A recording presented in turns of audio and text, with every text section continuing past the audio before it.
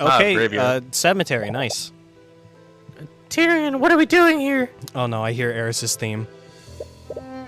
I'm not sure. For some reason, you felt drawn to this place.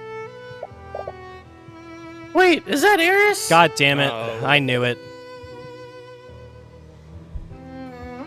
Celeste points Fucking further into Monica the situation, dude. Just Eris. There you see Eris standing in front of a gravestone. She's placing flowers on it and appears to be chanting a short prayer. Well, we found her.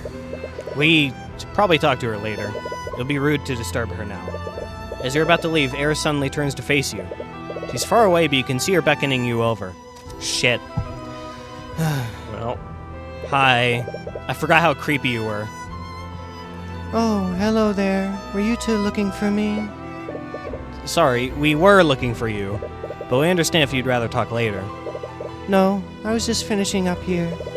Did you have something you wanted to talk to me about? Well, we wanted to ask you some questions about the case. Oh? Hey, have you seen my badge yet? Really now? I can't tell you everything you need to get through this case. What would be the fun in that? Oh, she knows everything. She knows everything. Okay. It's literally Monica. She fucking knows everything.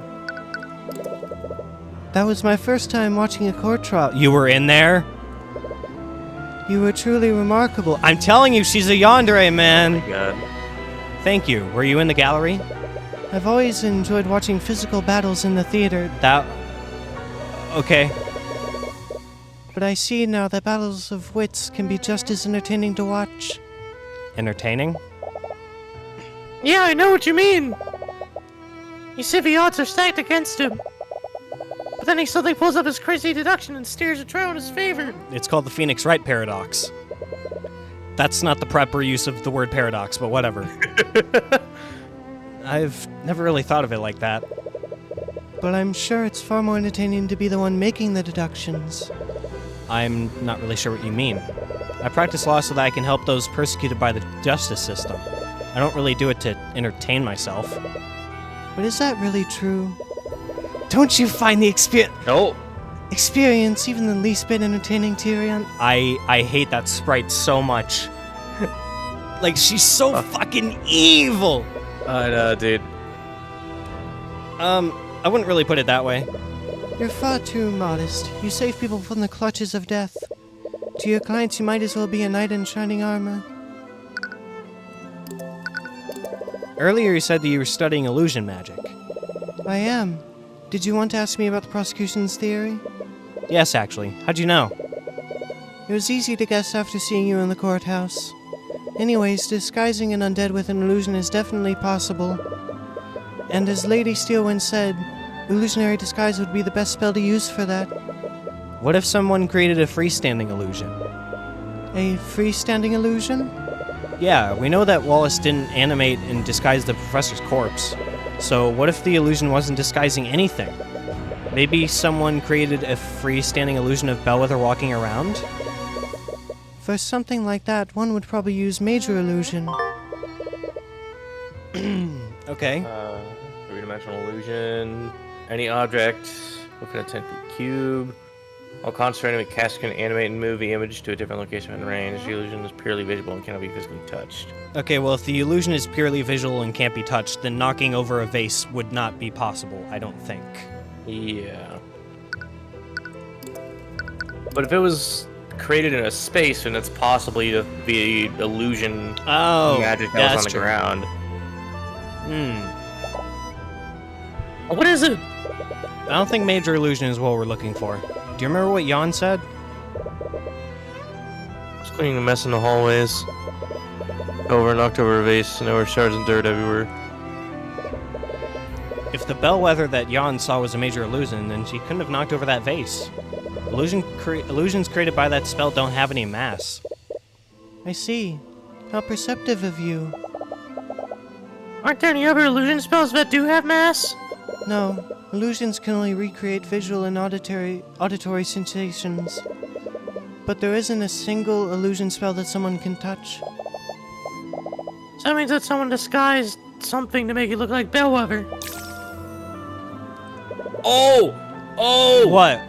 The robot? No, okay, maybe the robot, but you said earlier how you think... Oh, well, it's not there anymore in the clues, so maybe it's not. What was? But, Valerie, like, having the necromancy on her, like, Yeah. maybe... Actually, no, that theory is stupid, but my theory was that, like, someone disguised her as Bellwether without her knowing. And so she knocked over that vase disguised as Bellwether. And by someone, I mean Eris did it. Because she has the fucking warping power somehow. No, But that theory does have credence because even Valerie, or was it Valentina or Valerie? I think it was Valentina that was shocked that she had necromancy traces on her. She was shocked that she did. So, I mean, honestly,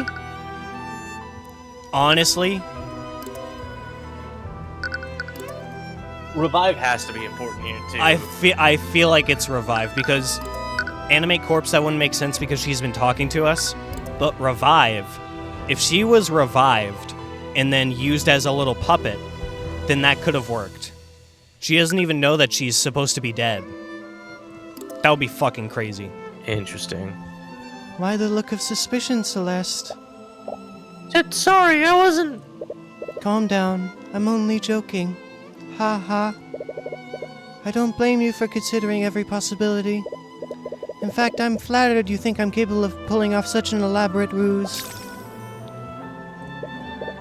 Anyways, this does tell us one important thing. What's that? The bellwether that Jan saw had a physical mass to it. It wasn't a freestanding illusion. It was someone or something disguised as bellwether. She yelled at him to be. Oh! It was the robot. Oh, it was it the is the robot. robot. It was the robot. It was the robot that someone used illusory disguise on to make it look like Bellwether. But it already has Bellwether's voice encoded into it with certain phrases. And in a library, she would definitely yell at someone to be quiet. And that's where the robots are. Yeah, so 30 minutes before they found the body. Wait, but why did the robot walk in there after the body was dead? Because it said 30 minutes before they found the body, but they found the body at 3:04, which was an hour after.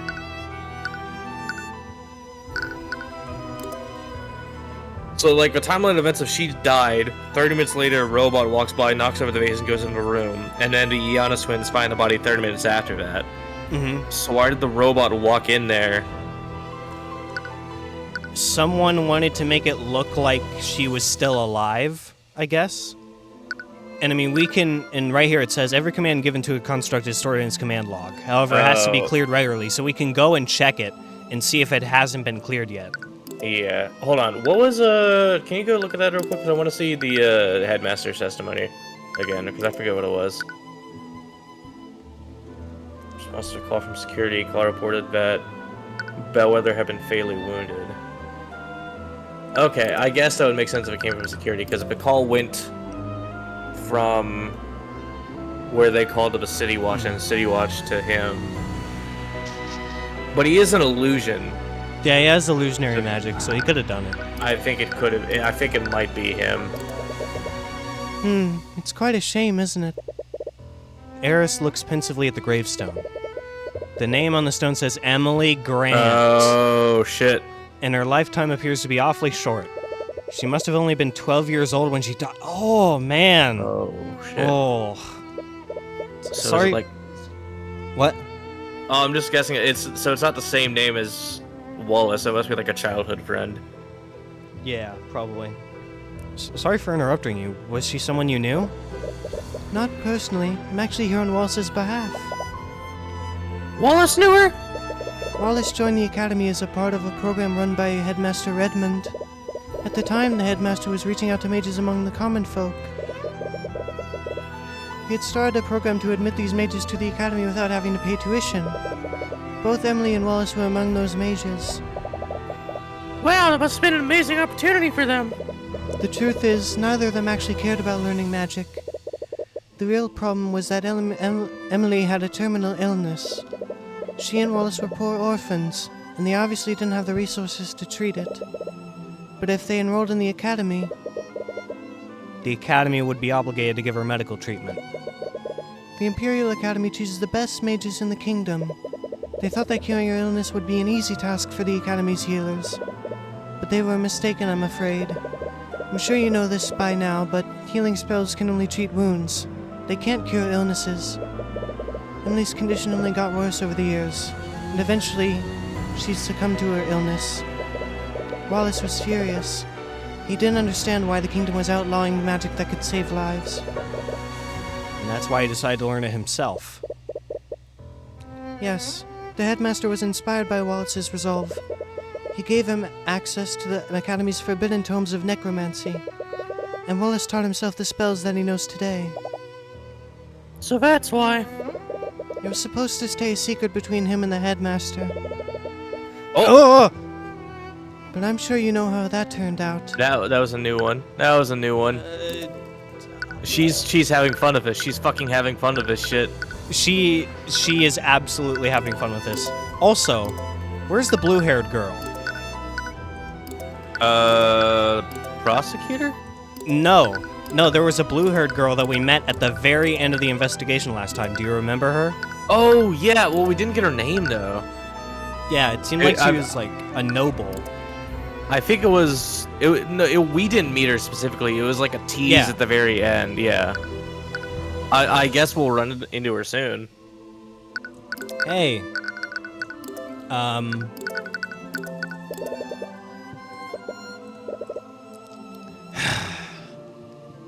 You are having fun with this, aren't you? Maybe... Oh, actually, can we examine stuff around here? It's the grave of Emily Grant. It's a shame that she died so young. You briefly say a brief prayer to Bahamut. It's a grave for an individual. It's a grave for an individual that you don't know. It'd be best to leave it undisturbed. Is that just the rest of them? Yeah. Alright, oh, detect magic. Repario Arcanum. Oh, I thought someone was gonna be there. A ghost. Oh, really? We only have 4 in the library. I was hoping we could go speak to Wallace again, but maybe later. Oh, okay. This is like our headquarters, is the forum. Yeah. So I guess the library is the only place we can go. Oh, it's you, Mr. Cuthbert. Steelwind? What are you doing here? After what happened at the trial yesterday, I decided it would be best to start my investigation here. Oh, you know what? Maybe this blue-haired woman is the second witness. Oh, yeah. No, you're right. Right. Wallace was in the library for the entire morning, so it makes sense that she'd start her search here. Actually, since I have you here, have you seen Erisale Matter anywhere? It's my understanding that you're both acquainted with each other. Eris? What do you want with her? It's not anything serious, mind you. It's just that an hope for the commander lost her spell companion. Oh. Did he? Surely it didn't get misplaced in space-time. Now we need her to produce another one for our records. If you see her, please let her know that we'd like to speak to her. We saw her earlier in the cemetery nearby, but I have no idea where she is now. Probably traveling the multiverse for some reason. She's doing something. Once again, I have to compensate for that idiot's mistakes. Anyways, I was wondering if I could ask you some questions about the case. Very well. I suppose I still need to honor our deal from earlier. Have you had any luck finding the scene of the crime? Unfortunately, I haven't. I'm telling you, it's that storage closet. Dude, that storage closet is gonna be the key to break this case wide open. From the witnesses' testimonies, we have a rough idea of the route Bellwether took. None of the rooms we've checked have any sign of a struggle. Why are you so sure this happened? I'm mainly basing it off of the ancestors' testimonies. Valerie, in particular, noticed that the bleeding came from a wound in her stomach. Regrettably, the body's wounds were mended. so we can't determine what kind of weapon the murderer used. During the trial, you mentioned that another witness saw Bellwether walking around yesterday. Would you be willing to tell us who that person is? Sorry, but I can't tell you that. Damn it. You're caught a little off guard. You've been pretty transparent with your investigation so far. What's changed? I have no obligation to justify myself to you. Nor do I have an obligation to help opposition. Didn't we have a deal? Hiding information doesn't exactly seem fair to us. I believe I've given you plenty of information already. So regardless of what I said before, the answer's still no. Her family is Yeah. It's definitely the blue-haired girl. Yeah, it's definitely a noble. The Eye of Horus catches a stray thought from her. Her family is dangerous? What is that? Is there something about this witness's family that you're worried about? Tyrion? You do an awful job of, like, Dude. hiding your gift. Like... He literally said in court, like, oh, your thoughts betray you. And no one else questioned it. Bro, like, if Ruby was here, she would smack you upside the head for how transparent you're being. I cannot wait to get into court and just have a fucking mental battle with Eris. And I know it's gonna be in the last episode too. That shit's gonna go fucking hard. There's gonna be so much reality warping for sure. Yeah, it's gonna be in that like ancient temple-looking courtroom that's in the menu. In the background, yeah, of course. Yeah. She gives off kind of...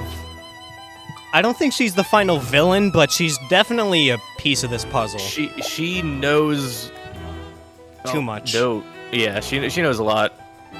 It was a thing. What thing? Okay.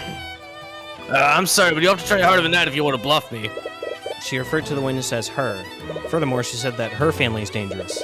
Why'd she go to such lengths to hide the witness's identity? In any case, it looks like she's not willing to share more at the moment. Maybe you should try looking somewhere else. Oh yeah, we could present her beyond. What do you think about this? Damn.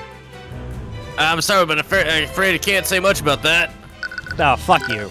Does she not have any more questions we can ask her? Let's check. Yeah. Nope. Oh, did we ask her about Major Illusion yet?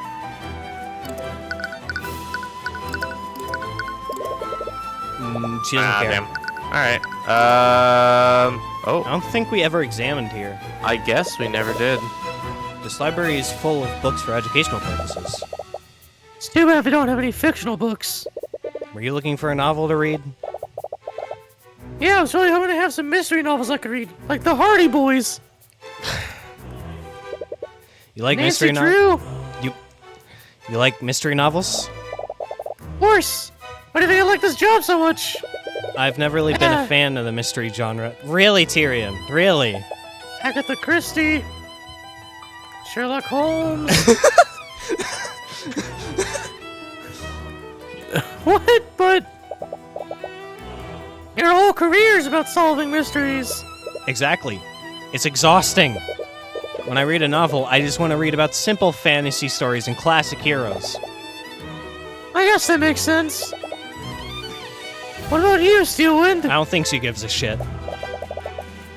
I don't really have time for such things. That's Knives true. Out. She's still going. It's a holy text from the Church of Bahamut. I read some of these with Eris earlier. I've mean to ask, do you guys worship dragons in Wyverngard? I've never really been the religious type, but I've seen some devout worshippers in the capital. It's the most prominent religion here. The scaled fucking Lord Rathalion is said to be the source of all arcane magic. I was waiting for that. It's no wonder that there's such a large part of our culture. It's a globe of the world! It's amazing how many other nations are aside from Wyvengard. I've been to most of these places. You should come with me next time, too. Gee, how long has she been a mercenary again? To be, like, a lot of places? I don't know. 19? I don't know, man. With only one spell? You know, that's a good point, but I guess she's just really that good with a sword. I guess. Isn't traveling through the border heavily restricted? She might be a child soldier or something. Honestly, with how kind of fucked the nobility seems, I wouldn't put it past them.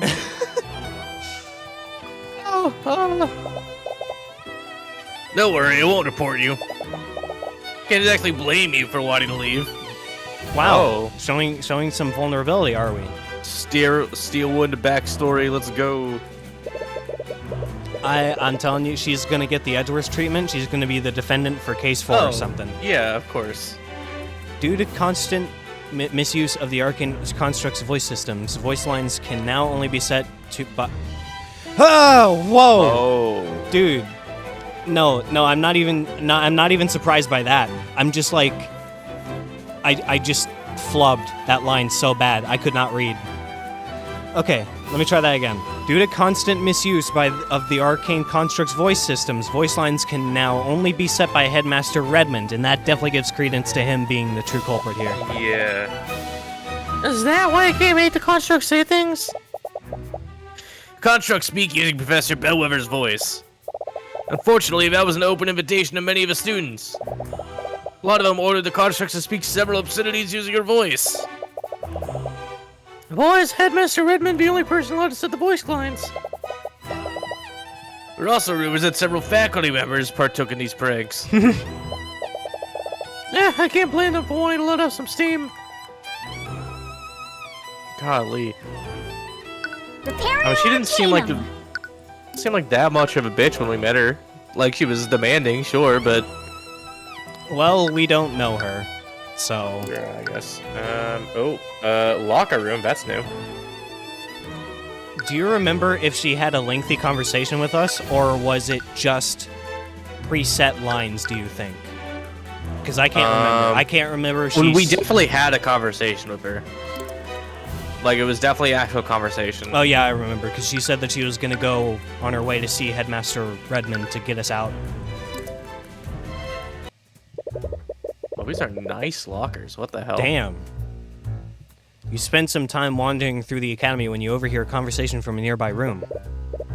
From what I understand, Miss Steelwind has already moved the investigation elsewhere. How long must I wait before I can retrieve my things? Oh, he wants to get the murder weapon out of the locker. Sorry, old timer. Orders are orders. Nothing comes in or out until the case is over and done with. Commander White and the Headmaster... You can take Tyrion. Yeah, I was about to say. Oh, hello, Mr. Cuthbert. Hey, kid. In any case, I love how he's already he's done with us already. Like, he's tired of our shit. in any case, there are other matters I must attend to. I saw the hey kid thing is kind of endearing. Maybe, yeah. Please inform me when I can reclaim my things so that I can take the murder weapon out. That I can refresh and stuff and get my deodorant and something. Sure, whatever you say. Fade out. He faded out of this existence.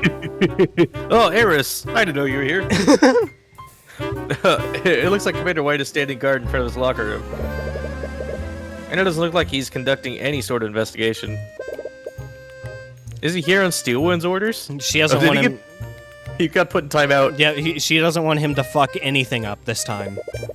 He's starting to become more and more of a gumshoe. It was hard to tell during the first case, but now it's like... He's really gumshoe right now.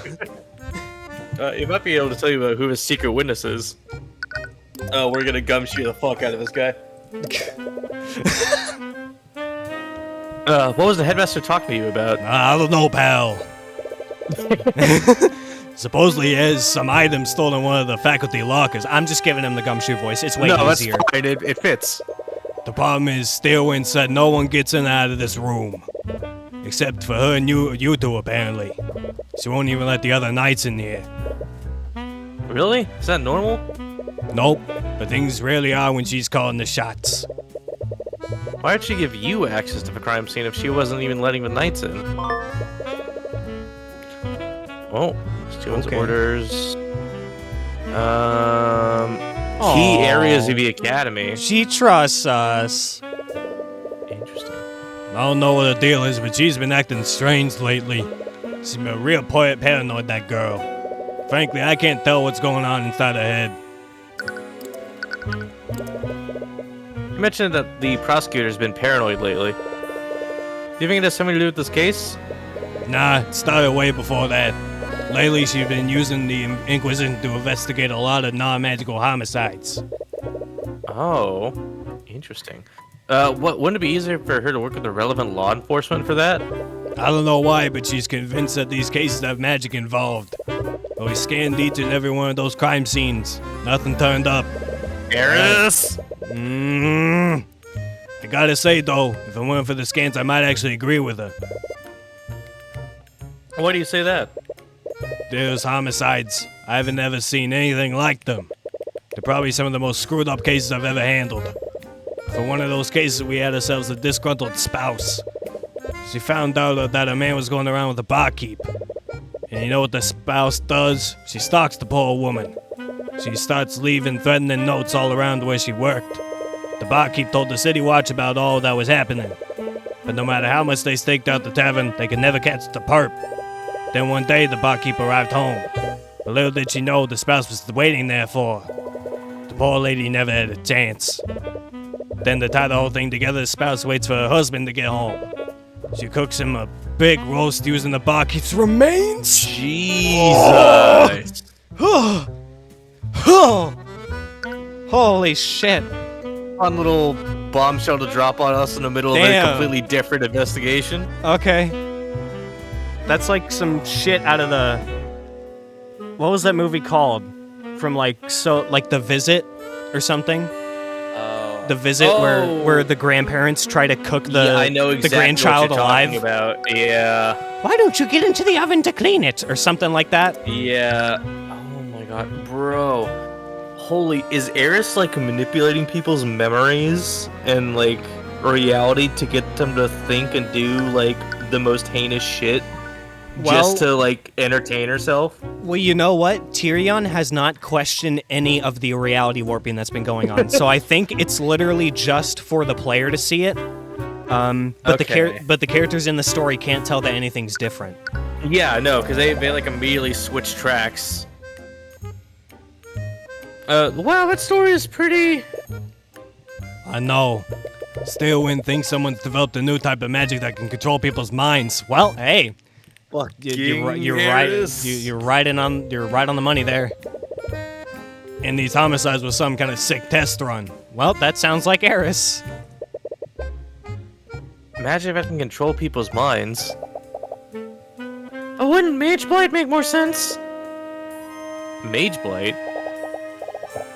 When a mage overuses their magic, it can have pretty bad consequences on their mind. They temporarily lose grip of reality and begin seeing things that aren't there. When a mage becomes like that, it almost never ends well. They enter a frenzy and begin firing spells randomly, which only makes it worse. I've seen my fair share of mage blight cases, and this isn't like that. Not all the perps were mages, and the ones that were didn't even use their magic. One thing was that each of the perps almost seemed to wake up after we arrested them. Eris. Oh my god. All of them said things like, it wasn't me, or I didn't have a choice. They didn't have a choice? What could that mean?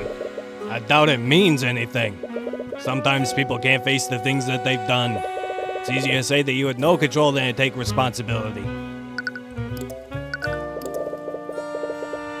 I wonder if you can mislead the commander into revealing who his secret witness is. I bet we're gonna have a battle. During the trial, Miss Steelman mentioned that someone other than Jan Hughes saw Bellover walking around. Okay, well, Tyrion... Come on, man. And we're just... Dude, you need to work on... He's being great vague. at chess, terrible at poker. Bro, you gotta be better at... How is he so good at chess? Have you seen them around lately? We wanted to speak with them. You know, blue-haired, short, No, girl. who? Nice try, kid. Well, it was worth a shot. Honestly, I couldn't tell you if I wanted to. I don't think anyone other than Steelwind knows who this witness is. I sure as hell don't. What? She's even hiding it from the Inquisition commander? Why is she being so secretive?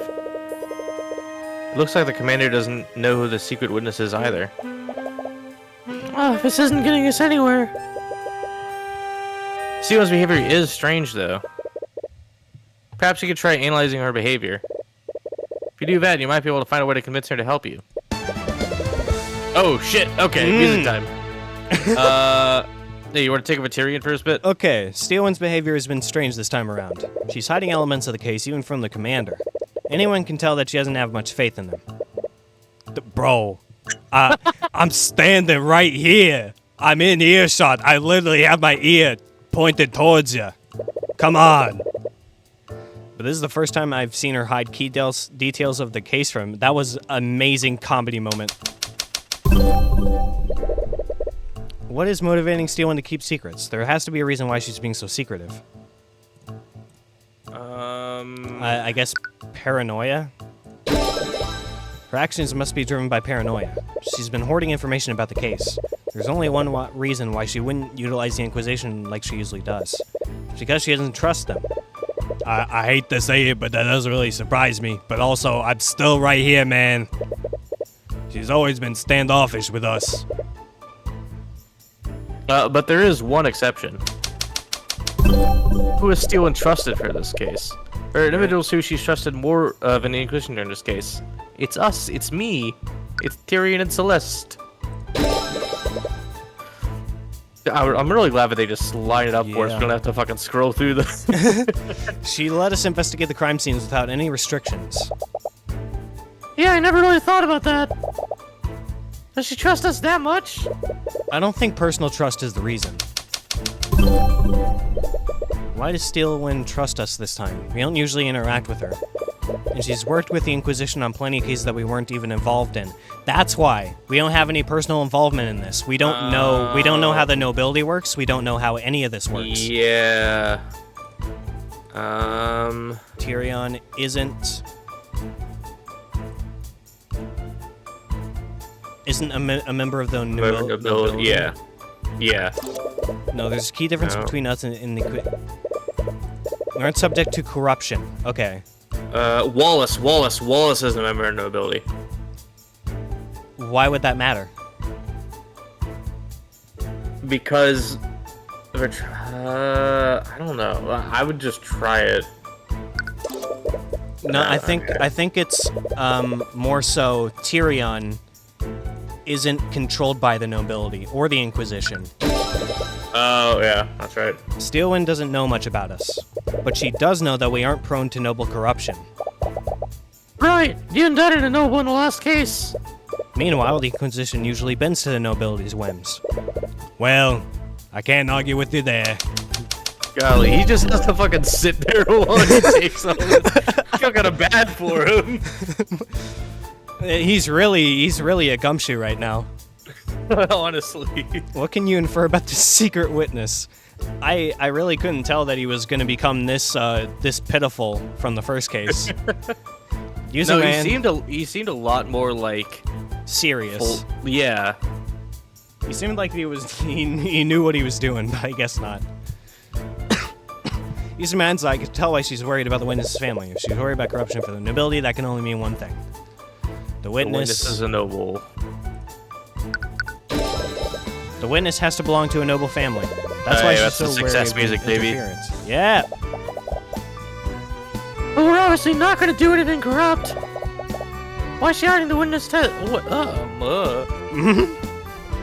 why is she hiding the witness's identity from us? You recall seeing a thought through the eye. So regardless of what I said before, the answer is still no. Her family is dangerous. I think she's worried about our safety. Yeah, I guess harassing a noble could put you in danger. But... I'm the protege of the infamous Ruby Timora. Yeah, it's not as if we aren't already on the nobility's bad side. I'm sure the Pierce family still has doubt for us. This can only mean that the family we're dealing with is even more powerful than House Pierce. Prosecutors is wary of them. They could be even more as powerful as the Steelwinds. Oh, wait, don't tell me you think we're dealing with one of the four pillars. Oh, shit. 4 pillars? We're really gonna mess shit up in this game, I can tell. Are we literally about to fucking uproot the entire noble class system? Revolution. It's a name people use for the top 4 noble houses. This family stand at the top of the kingdom's aristocracy. If I recall correctly, the 4 pillars are House Frigga, House Von Sanctus, House Sybil, and House Steelwind. Steelwind's part of one of them? Yeah, which makes it so much weirder that she's serving as a prosecutor. Ooh. Hmm. What is it? Steelwind's weird behavior all started after she investigated this room. We were at the crime scene and she left to follow a lead. But an hour later, she came back to the lecture hall and booted everyone out. Her behavior changed after investigating this room? That means that she found something here. That something must point to a family from the 4 pillars. The commander looks a bit anxious. You know, Steelwind's orders say I can't snoop around here. But you two, on the other hand... Fucking gumshoe. Dude. Don't worry, just leave it to us. I have some school records that say which locker belongs to which student. You can use it to tell whose locker you're looking at. Oh, that's very useful. Okay, Thanks, so man. we just have to investigate. Oh, Oh, there's an arcane construct in the back here. It's probably to aid the students. Anyways, I don't think it's relevant to our investigation. But perhaps you should make a small note of it anyways. Well, that's gonna be relevant. oh. You use the legend that the commander gave you. You look carefully across the list and find some notable student names. Damn, no heiress.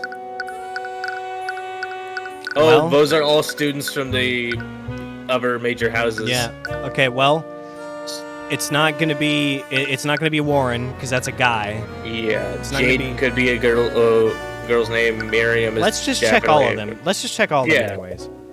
You open Warren Sybil's locker. Inside, you find some textbooks and a neatly stacked deck of tarot cards. Oh, an astrology kid. Oh, it's like those cards the fortune tellers use. I wonder if this student studies divination magic. But anyways, I don't think this is related to the case. Inside, you find several bottles of some kind of transparent lotion. There's nothing but lotion in here. Oh. I wonder why a student would need this much lotion.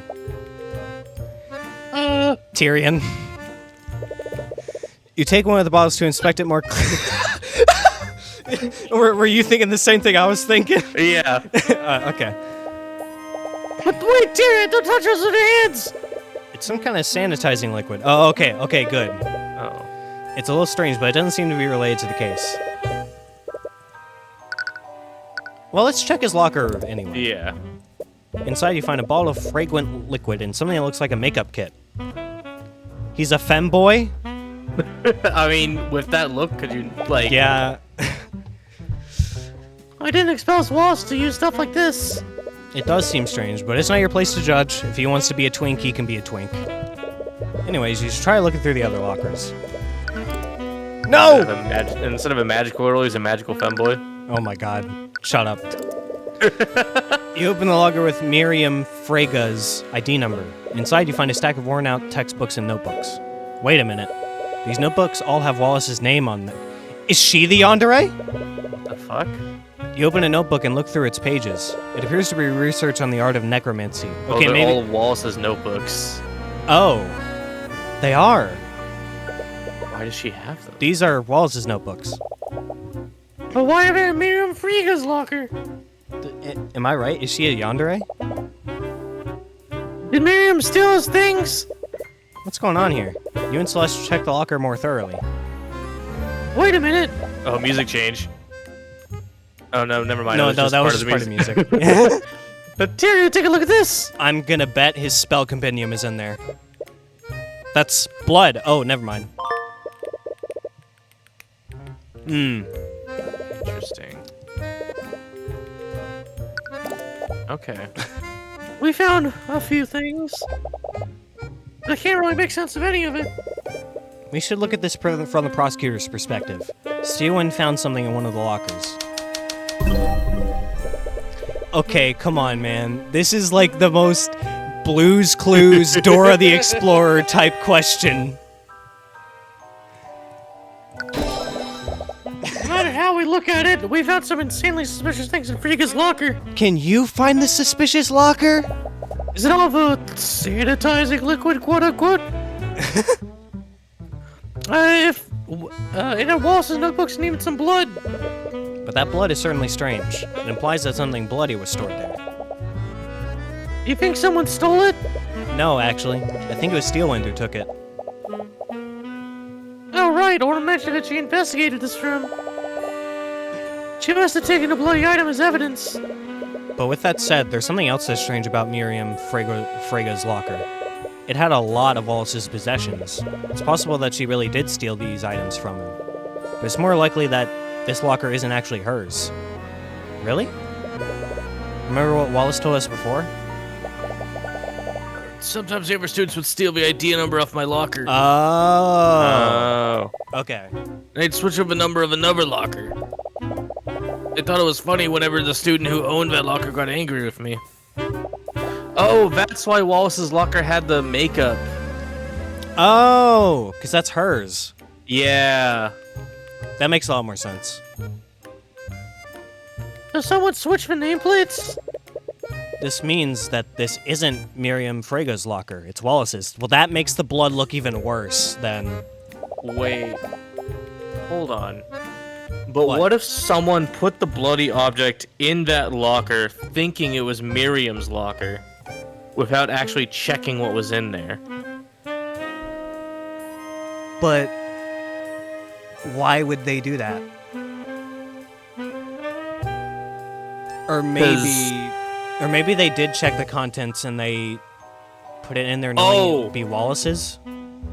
The robot. The The robot put the item into the locker. It was just told to put the item in Miriam's locker. The robot would think to check what's in there before putting something in there. That's true. Goddamn, so many fucking questions. Fuck Yeah. you, Eris. Bro, I don't even know she's involved and you're already blaming her. She knows shit. She won't tell us. Fuck Eris. That would mean the bloody object came from Wallace's locker. It appears so. But if that's true, why didn't Steelwind present the bloody item during the trial? I proved that Bellwether was wounded before Valerie healed her. Wouldn't that have been the perfect time to present what she found? It was a bloody item found in the defendant's locker, after all. She could have easily proved that the nameplates were switched too. Right, that is weird. There's something more to this that you aren't seeing, but what? I think we'll just have to ask Steelwind ourselves. Oh, back to the library. Oh, you're back. We've uncovered a few things during our investigation. Miss Steelwind, are you acquainted with a student named Miriam Freyga? I underestimated him. I said it before, Mr. Cuthbert, I won't fall for such an obvious bluff. It's not a bluff, Miss Steelwind, and I'll prove it using the evidence we gathered. Oh shit. Yay! It's argument time, baby. Steelwind is paranoid, and for whatever reason, it's due to the involvement of Miriam Freyga. If you could convince her to reveal why she's being so secretive, she might give you more information.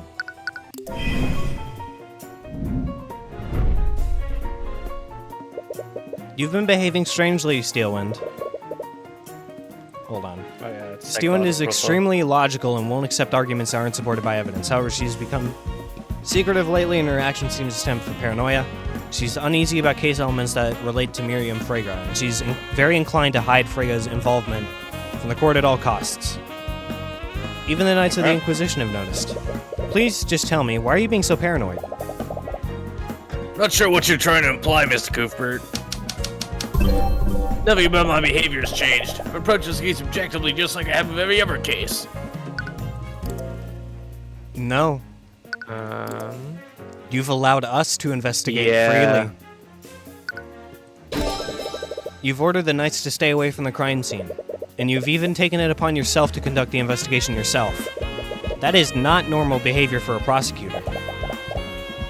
I took these actions because the Inquisition is incompetent. Okay, well, we can't really argue against that. That's true. How can I possibly trust them with anything? The Knights are incompetent, but even you can see the value of delegation. During Celeste's case, you'd still delegated tasks to the Inquisition, and you could have easily investigated the McCoy Tavern yourself. This academy is huge. You wouldn't conduct your investigation this way unless you had a good reason. Then why didn't you enlighten me? Why would I act in such a way? What would cause me to behave so strangely? I guess the evidence in the locker? The 4 houses. The witnesses connected to 4 houses. Oh, the 4 pillar families. Yeah. You know that the Inquisition is corrupt and will bend to the nobility. So what would happen if a powerful noble were publicly involved in this case? With that noble's influence, they'd probably order the Inquisition to conceal their involvement. A high-profile noble is involved in this case, Steelwind, and I believe that noble is Miriam Frege. Again with this, do you think you can bluff me by throwing up names of all random nobles? Not every noble is a malevolent criminal like Garrick Pierce. Said it before, I'll say it again. My investigation doesn't involve the Fregas. What happened to your voice? Shut up. Nothing about this case is to do. Okay. Alright. Sure. Then how do you explain this, Steelwind? The commander told us that you were following a lead in the locker room yesterday. We investigated the lockers of students from the 4 pillar families, and we found stains of blood in the locker with Miriam Frege's ID number, and it was presumably left by a bloody object. The bloody object was taken by someone, and we heard that you became extremely paranoid after you found something in the locker room. If I had to guess, I'd say that you took the bloody object as evidence. And what evidence do you have to support these outrageous claims? What? The only thing you've said is evidence of a bloodstain. There's a myriad of explanations for that. Everything else you mentioned is pure speculation.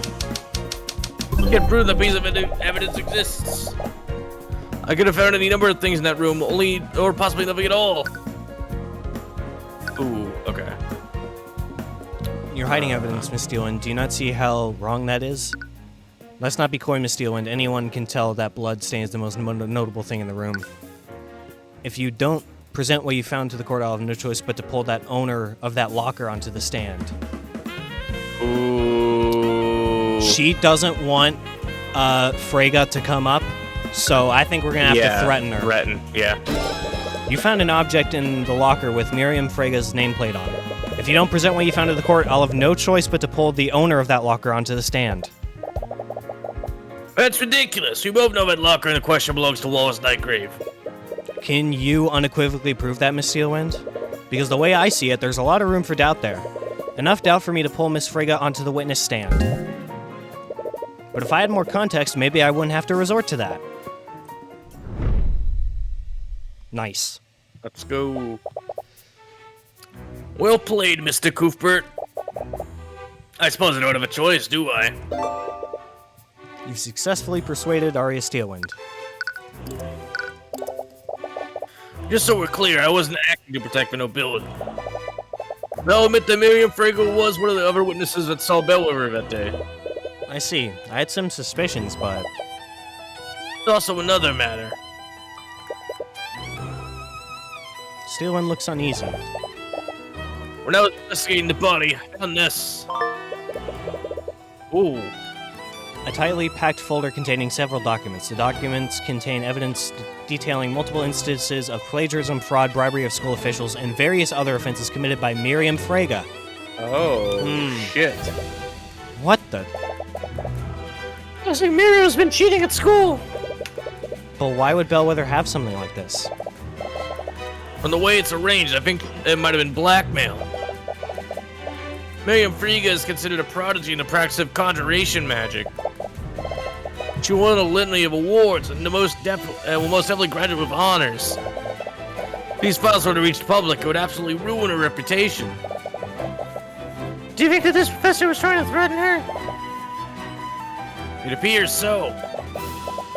When I discovered the several elements of the case were still unknown, I decided to look through her belongings. And I mistakenly looked through the locker of her ID. I found this in that locker. A bloody rapier. A rapier covered in blood. It was found in Wallace Nightgrave's locker. Apparently, it's a valuable family heirloom to House Frege. It was reported stolen by Miriam Frege weeks before the murder. Well, I think we found our murderer. Oh, no, it is that. It is the thing that I said. Like, they put it back in the locker that they thought was Frege's. Because it's Frege's rapier. So they were trying to frame Frege for the murder. Then who's our murderer? I still think it's the headmaster. We'll find out. This is... It's very likely that this is the murder weapon. This rapier is a valuable family heirloom from House Frege. A few weeks ago, Miriam reported that the rapier was stolen from her room. Oh! She reported that it was stolen. She didn't steal it. She reported that it was stolen. Okay. Yeah. Okay, that makes a lot more sense. I don't know, it was found in Wallace's locker. Not that I'm complaining, but why didn't you present this in court? Sorry, it is the headmaster. It is the headmaster because he's the only one that can command the robots to do shit. No, he's the only one who can edit the voice lines. But I do agree that it's probably him. Fuck, sorry. I'm like high on... I probably figured it out. The dopamine hit. Yeah. To be honest, I like to avoid involving House Frege by any means necessary. I knew it, you were just protecting her, aren't you? Miss McCoy, do you recall how Wivengard's justice system works? To acquit a defendant, you need to unequivocally prove that they didn't commit a crime. To do that, they either need a solid alibi. Or we need to prove that someone else committed the crime. What do you suppose will happen if you bring Miss Miriam Frege onto the stand? House Frege would allow one of its members to be indicted in a court of law. They'll plant and forge evidence to implicate your defendant. And they'll use the Inquisition to do so. So that's why you've been keeping them away from the investigation. Hey, do you do anything? The Steelers are powerful too, aren't they? I don't have a support on my house.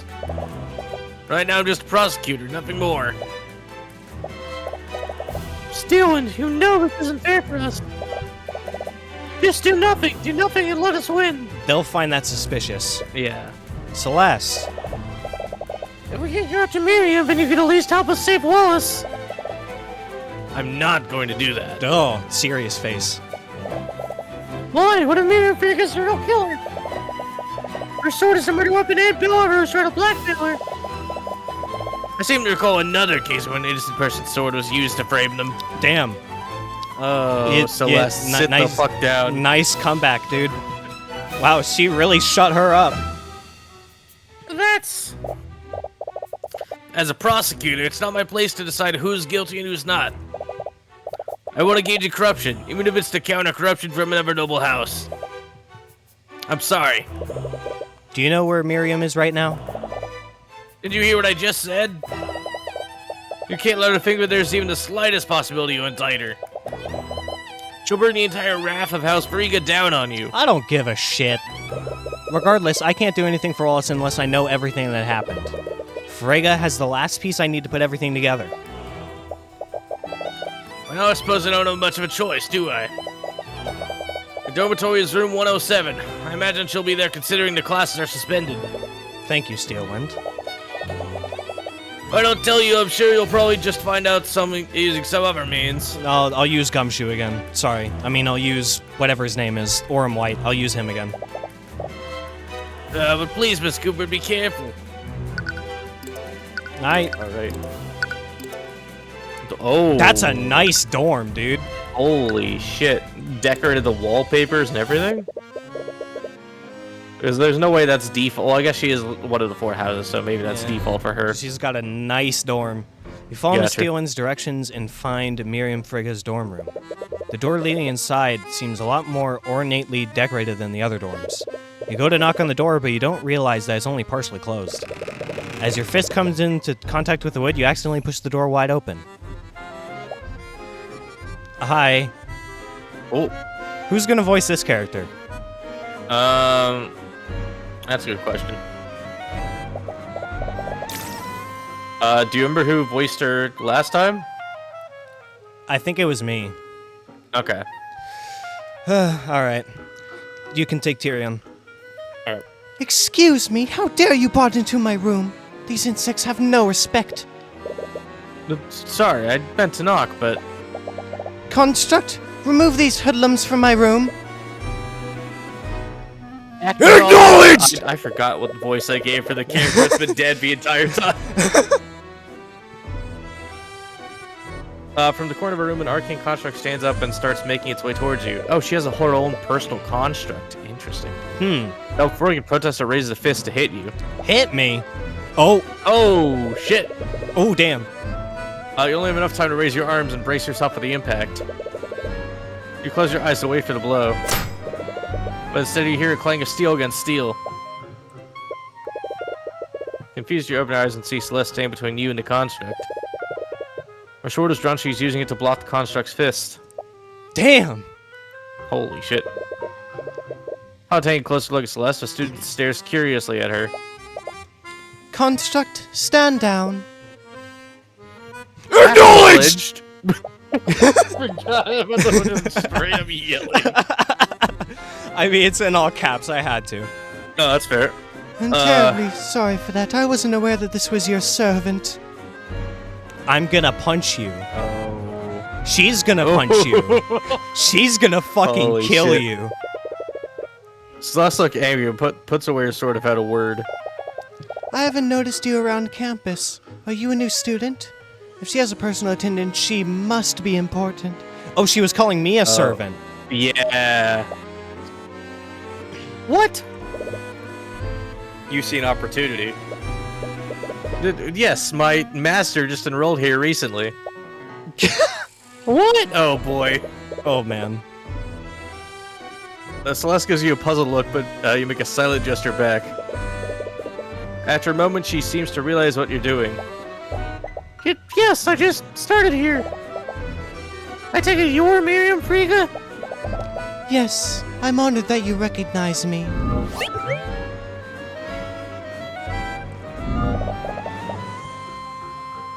It is a pleasure to make your acquaintance, Miss. I'm Celeste. Celeste Mick. She catches herself and pauses for an awkward moment. Steelwind. I'm Celeste. Oh no. That's gonna work. Celeste Steelwind. You can't believe her. There's no way she's going to believe. Steelwind. It's a pleasure to meet another member of such an esteemed house. She must be from a branch family. Maybe I can use her. You're fucking this is- stupid. This is D&D shenanigans all over it. Really? Like, yeah, convincing someone you're someone else just off of, like, the worst possible rolls. Oh, wait, she's actually buying this? She's an idiot. The text box. Yeah. I just moved in, and I thought I should introduce myself. Oh, shit. I just moved in, and I thought I should introduce myself. You know what? No, it might be kind of funny if you just use your normal voice for this persona. If you want to. No, does that mean somebody uses high-pitched voice for Tyrion? No, don't keep high-pitched. It's fine. Seeing as you're a top student in the field of conjugation. Conjuration. Yes. Well, there's no backing out now. Hey, you see my badge? What do you think about this, Miriam? I'm terribly sorry, but I don't have much to say about that.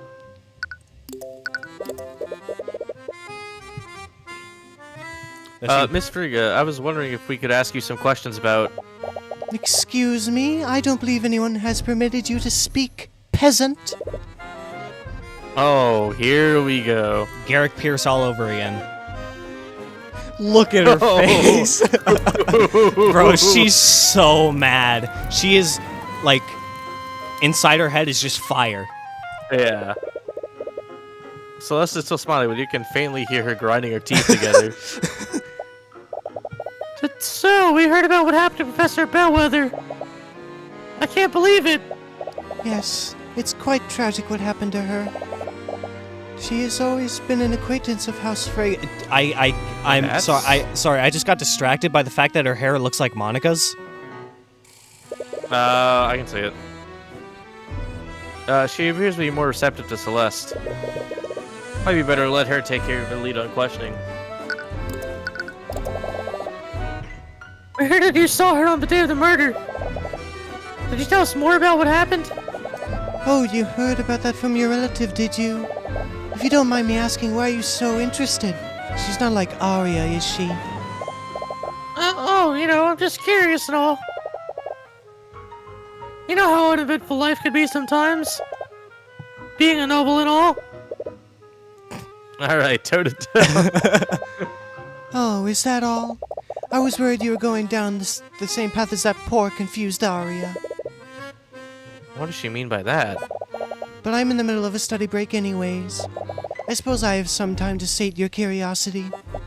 Construct, please prepare some tea. Use that lotus tea we imported from the Eastern Kingdoms. She could be useful if I can win her favor. Doesn't Celeste like Lotus? Do you want to just do the robot shit? Acknowledged! Oh, here it is. Lotus tea? Do you have lotus juice? Oh, Oh no. you feel like you're slowly losing control of the situation. I heard that you saw a professor on the day of the murder. Where did this happen? I was in the hallways when I saw her coming out of the headmaster's office. Well, that seems suspicious. Interesting. Hold on, can you pull up the map real quick? Because Wrong button. wanna be, yeah.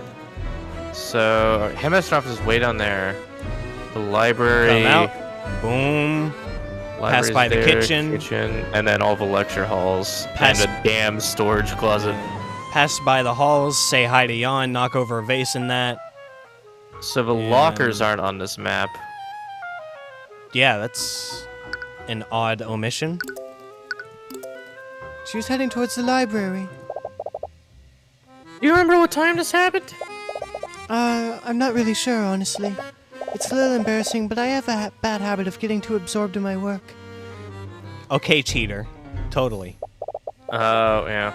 Sometimes I'll let entire hours pass by without noticing. Do you have a rough idea, at least? Peasant! I didn't think I was talking to you. I think it was in the morning.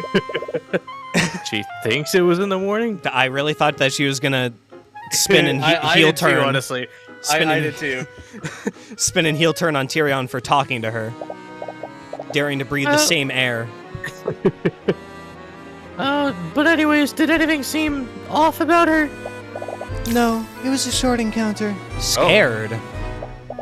I merely greeted her and she responded in kind. Or at least that's what should have happened.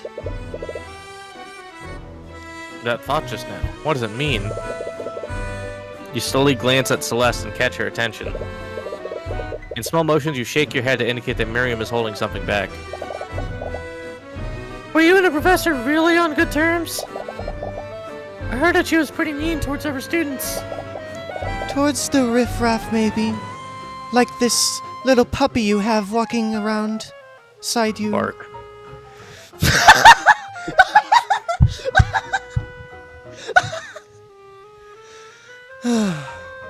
Oh, I'm laughing so hard my head hurts. Ow. But not to students like us. She was a great ally to House Freyga, or at least she used to be. That's why we were planning on appointing her as the new headmaster. Oh, that gives that's reason. new. That gives reason for the headmaster to get her out of the way. Yeah. Wait, what did you just say? Did you just say that your family was going to appoint Bellwether as the new headmaster? Oh, I'm surprised you didn't know. House Freyga holds several seats on the Academy's board. We were making plans to have her replace that lout, Redmond. They were gonna sack the headmaster. Did Headmaster Redmond know about this? Oh, of course not. This was part of our large-scale plan. Along with Redmond, we were also going to replace all the staff members with arcane constructs. So it wasn't her idea. Oh, interesting. We had to keep everything under wraps, or else the help would have left prematurely. Okay, well, if you kept it under wraps, who gave us that information that she was going to replace everybody?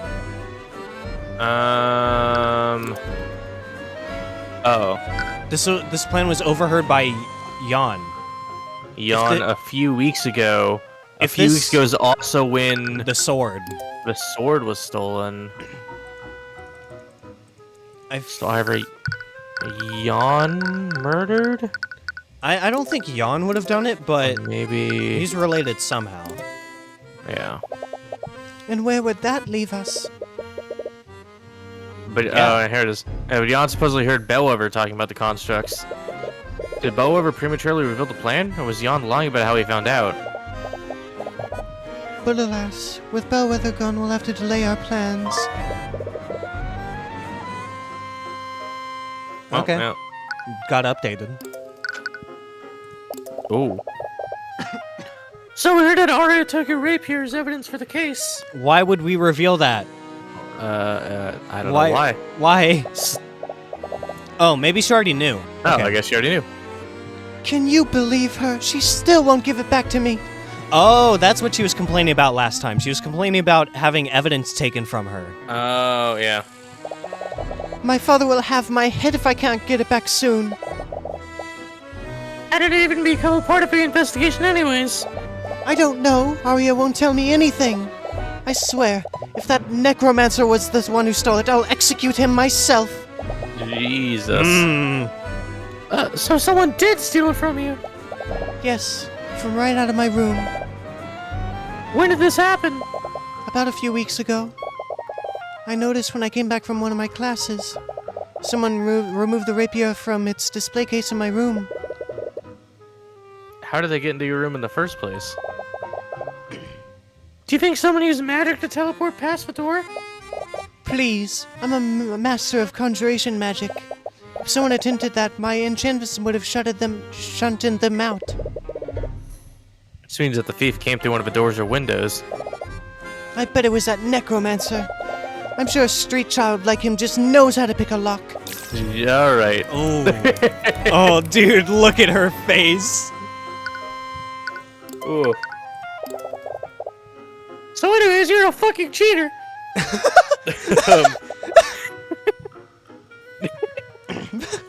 Oh, your grades must be amazing. Of course, as an inheritor of House Freyga, my grades are impeccable. It feels good to have my greatness recognized. That's strange. Didn't see anything contradictory through the eye this time. Oh, what if she doesn't know that she's been cheating? What if she thinks that her own efforts have been good enough? And someone else has been cheating the grades for her? No. You know? What if Professor Bellwether has been cheating and letting her get good grades so that she could have something to stick on her? Do you get what I'm saying? Yeah. Okay, interesting. You make a gesture towards Celeste to continue pressing her. What kind of magic do you study here? You must be joking. I study magic from the School of Conjuration, just like most members of my house. School of Conjuration. That's type of magic for specialists in special manipulation and teleportation, right? Yes, I consider myself quite the expert in that field. Why, the Crown Prince himself has asked for my assistance in a research study. It's nice to work with someone of my caliber. Again, you don't see any thoughts that would contradict what she's saying. Does that mean she's not lying? She's smart enough to get the Crown Prince's attention. Why would she be cheating? That's some. Or maybe she really is that smart, but Bellwether faked reports or something. I don't know. Maybe. You said something about my wayward relative before? Are you talking about Arya? Oh, I'm terribly sorry if I offended you, but I'm sure it must pain you to see the way she's been acting lately.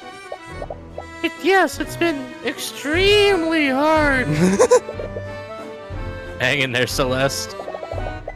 Did you know that she even interrogated me about the murder yesterday? Can you believe it? A steel wind running around a crime scene like a common night. Why, if I tried something like that, my father would disown me. Does the nobility not approve of Steelwind becoming a prosecutor? You always thought it strange. What is motivating her to do this? Honestly, she probably thinks that she can do anything just because of her betrothed. She's Asked her at 18? Well, I mean, that isn't uncommon, Yeah. I guess. Esther deserves better. You know, maybe it's like one of those noble things where it's like a prearranged marriage. Oh, yeah, arranged marriage. Probably. Yeah. Celeste's eyes perk up upon hearing this. Do you know Aster? I'd be lying if you weren't also curious about who this Aster is. We just shoot her a stern look that tells her to stay focused. I think we need to ask her another question. What? Not even a laugh? Wow, that's crazy. I mean, I was trying to think of something witty to say, but there were no words. You can't explode your cover for some gossip. What? Come on, you can't tell me that wasn't a good pun. Come on. That was so clever. Come on. Oh my word, but it just keeps on going. You have an arcane construct in your room. Thought they only had them in the library and the locker room. This construct was a gift from House Von Sanctus. I have to say, they're quite convenient to have around. They look really cool. Maybe I should get one. You should. A construct would be far more useful than this attendant of yours. Bark. Stop. Unfortunately, there are still a few issues with their intelligence, but I'm sure they're still smarter than this peasant you have walking around with you. Have you seen my attorney's badge? It proves that I'm a servant. Shut the fuck up. Just say your line. Their intelligence? There are issues when you give them complex commands. It might be easier. It might be easier to show you. Voice crack. Miriam turns to the construct and begins gesturing towards it. Construct, please retrieve my textbooks and bring them here. Then, cast Steel Wind Strike at this location. After that, retrieve some plates and set them out on this table. Acknowledged!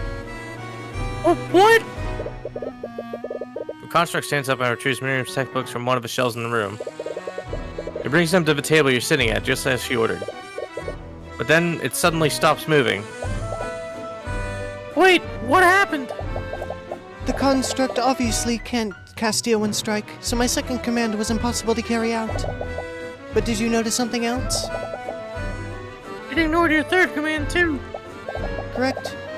My third command was possible to carry out. Why did it ignore that command? Constructs execute a series of commands in the order that they are given. But let's say one of those tasks is impossible to complete.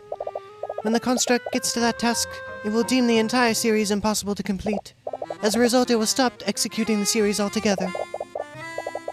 So if a task in a series of commands is impossible, then that command will interrupt the sequence of commands? Exactly. Ooh. Okay. Okay.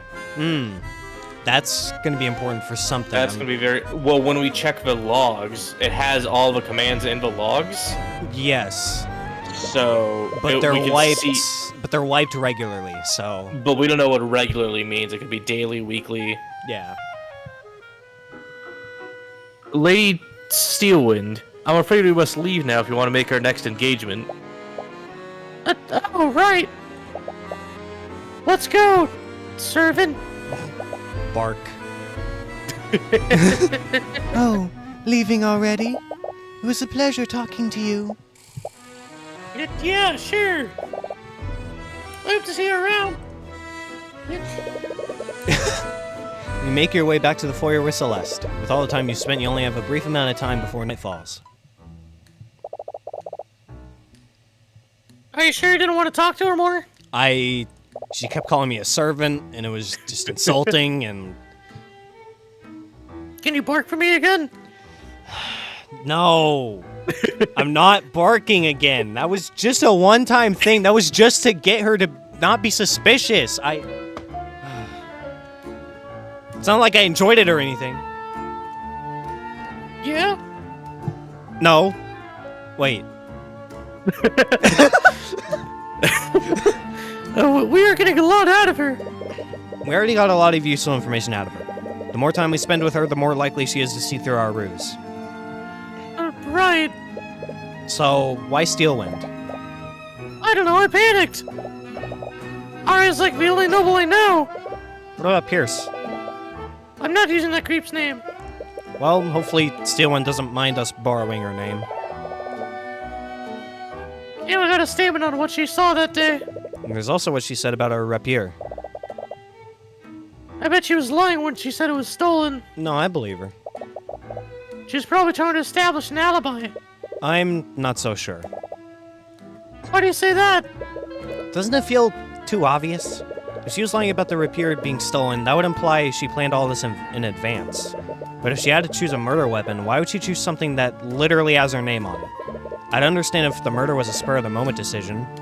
She might have just used something nearby in this case. But if this was a premeditated murder committed by Miriam, that rapier would be the last weapon she would choose. Right, I guess that makes sense. There's also the evidence of academic dishonesty. It doesn't match up with what we heard from Miriam. You mean all that stuff about working with the Crown Prince? She's probably just making things up to look good in front of me. I have an insight when it comes to things like this. Under normal circumstances, I can usually tell when someone is lying. And a lie as grandiose as that would be something I would definitely see through. People can subconsciously shield themselves from the Eye of Horus, even if they don't know about it. But when they do that, you usually can't see any thoughts from them. You also saw that she was lying about her encounter with Bellwether. You would have seen dissonant thoughts if she was lying about her grades. Well, I guess I trust your insight. But what does this mean? I don't know. Even with everything we found, I'm still not sure who the real culprit is. At the very least, I think we should still try to pull Miriam onto the stand. If she testifies in court, I might be able to find something I can use. But that's a big maybe. If you don't play your cards right, you might spook the Fregas enough for them to pay off the judge. Either way, it's getting late. We'll probably have to turn in soon. Yeah. You just hoped you did enough to acquit Wallace.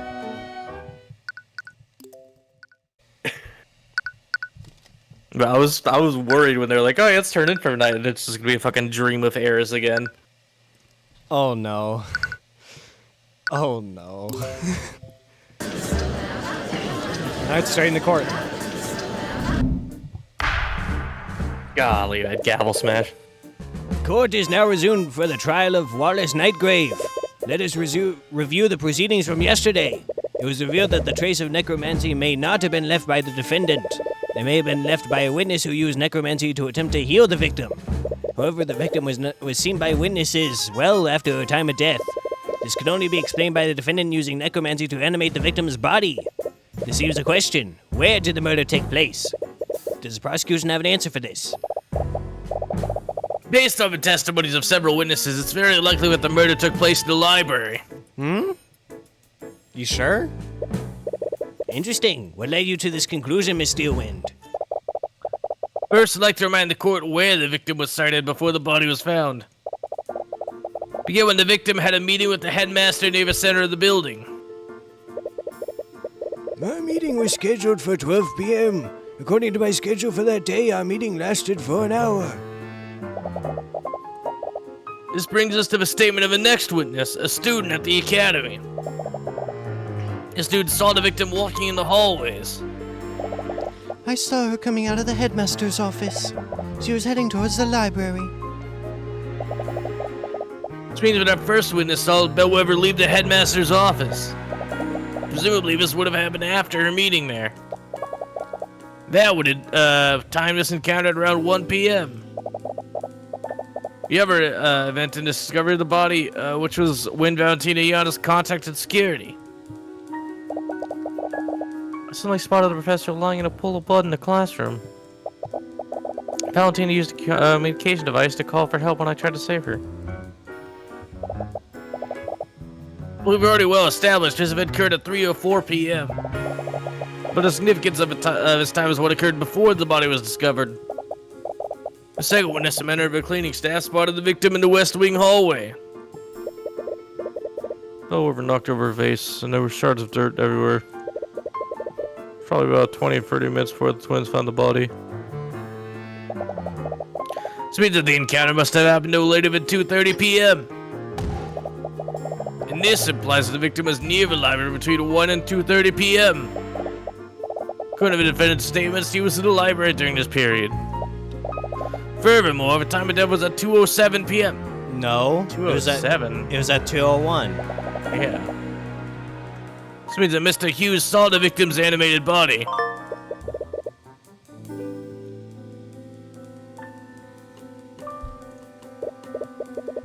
I see. Your deduction certainly tracks, Miss Steelwind. What do you have to say in your defense, Mr. Cuthbert? The prosecution's argument is definitely well thought out, Your Honor. However, it is entirely predicated on the testimonies of all the witnesses involved. Steelwind's deduction has to have a hole somewhere. And since your conversation yesterday, you've had a feeling that Miriam is hiding something. If you want to get out the truth, you'll need to drag that out of her through a cross-examination. Your Honor, to test the validity of these claims, the defense would like both of these witnesses to testify. The defense calls Miriam Frege to the stand. Fuck you, Steelwind. I'm gonna do whatever I want. Oh my god. Dude, Frega's gonna have a fit when she sees us.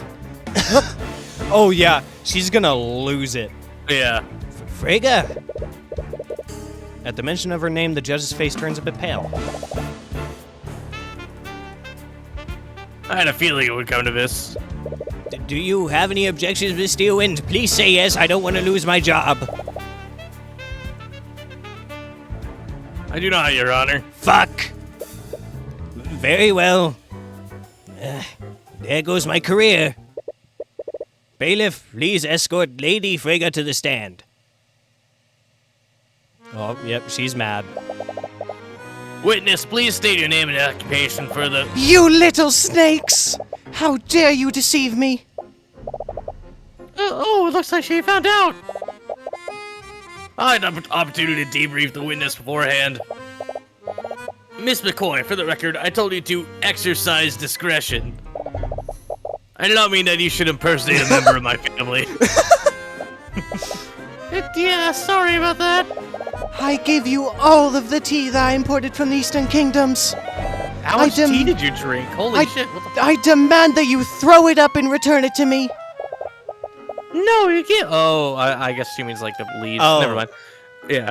No, you gave them to me. They're legally mine now. Ahem. I'm not sure where your business with the witness is, Miss McCoy, but I'd ask that you please handle your personal disputes outside of the courtroom. Anyways, Miriam, can you please testify to the court about your encounter with the victim? Very well.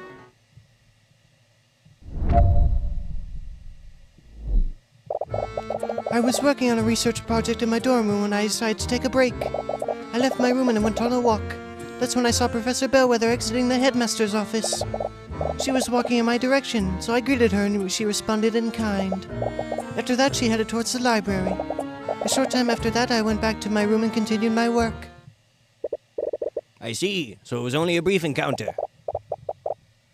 However brief it was, the witness testimony verifies two things. One is that Miss Frege saw the professor exiting the headmaster's office. The other is that she witnessed the victim head towards the library. This gives us a rough timeline of where the victim was before her death. That does seem consistent. did Belle ever really enter the library that day? You feel like you would have seen her there if she did. Oh, that's a good point. We would have noticed. Yeah. Unless Eris was fucking with us. She was there, because we did have, she showed up briefly, but I think that was before her headmaster's meeting, yeah? Yes, it was. It was before. Yeah. So, either she... Well, this goes off the assumption that the person walking around really was Miss Bellwether, which we know it wasn't, so... Yeah, but we were in the library, though. Yeah, that's what I'm saying. we would have noticed unless Eris was messing around. No, but but if she went to the headmaster's office first, but she wasn't killed until 2. Okay. Was the research project a part of your schoolwork? It was an independent study to develop a new conjuration spell formula. The project is being sponsored by the Crown Prince himself. Oh. Interesting. You know, what if the Crown Prince has asked her? Oh, Yeah. You're right. You're 100% right. Holy shit. Oh, that brings so much more fucking shit. Oh my god.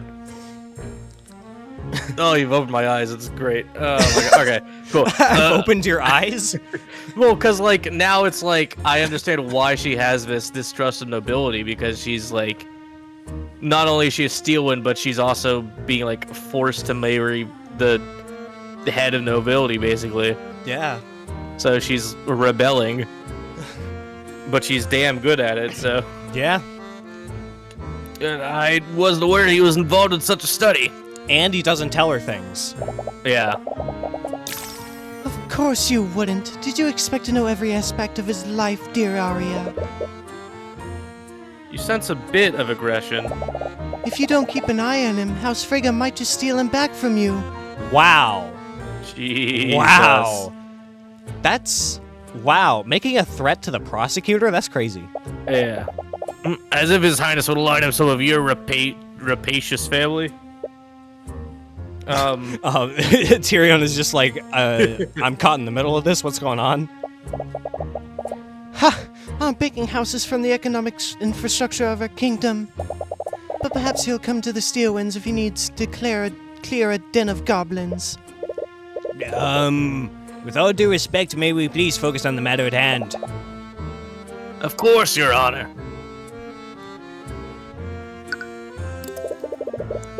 And you're sure that you saw her exit the headmaster's office? Yes, I remember it clearly. I was surprised that she was still meeting with the headmaster at all. She must be talking about how they're plotting to replace him. Did you interact with the professor at all, Miriam? Did anything seem off about her? No, but it was a very short encounter. It's not as if we stopped to have a conversation.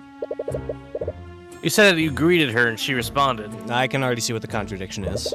Yeah. What words did she use? Why is that important? Miss Frigga, it's possible that someone used illusion magic that day. Every detail about the victim's interactions could be important. Well, I bid her good morning, and she said good morning in response. Interesting. Did you see her enter the library? I didn't, but there's not much else in that direction. From testimony of Jan Hughes, we know that she later came from the library. Even if she didn't enter the library, she was still in that area for more than an hour. This is weird. How long did you leave your dorm room? This is important.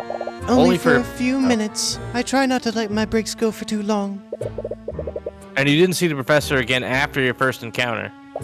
No, I did not. Her testimony seems pretty straightforward. But she could still be lying. I'm honestly not sure. We'll just have to focus on her statements about how Belle overacted. Okay. So, responding? Corpses can't do that. But this was presumably at 1. Because if you go back to our clues, we have a timeline of when she entered the library. Wait, do we? Yeah, it's one of the new clues we just got.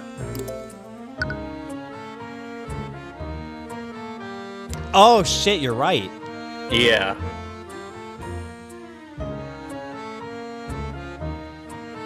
Wait, So- but then how does that make sense? Can we present ourselves? I'm pretty sure we would have noticed if someone died in the library. Also, how would the body have gotten over to the classroom?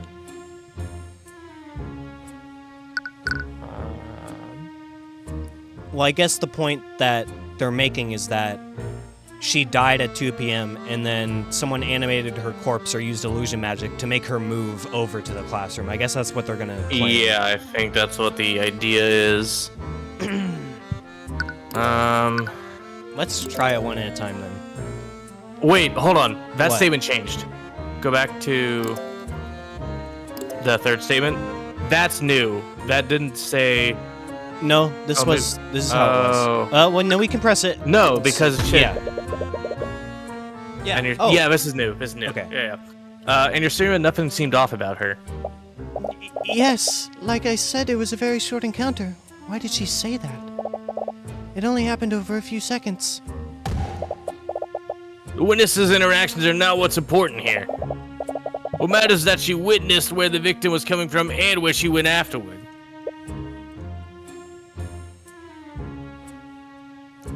Hold Okay. on. Are you Wait, she responded in kind. That's exactly what...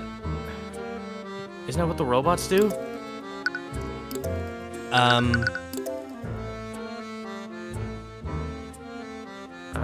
Simple task when ordered.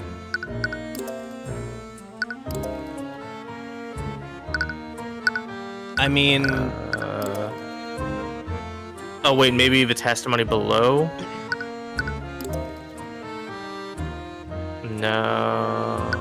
I mean, the robots can speak with her voice, Oh. but would the robots say good morning?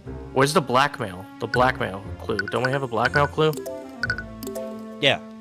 Yeah. I don't think they'd be too curt with each other if she had blackmail on her. Oh, yeah! That's a good point. Why would she respond in kind? Yeah. If she had this on her. Yeah. Let's try it. Objection! Oh, damn. Damn. Nah, Okay. well, let's see what the failure dialogue is like. Your Honor, it's clear the witness testimony is contradictory. And this piece of evidence proves it. No! Oh, I guess you're right. And we don't even have any penalty bars. I'm just now noticing. No, not yet. She responded in kind. Gotta be a lockdown system. Oh, this is interesting. Okay, well, the lockdown was initiated at... When they figured out there 3 was a p.m. body, yeah. And that would have been after, so they could have moved all Yeah. around and stuff like that.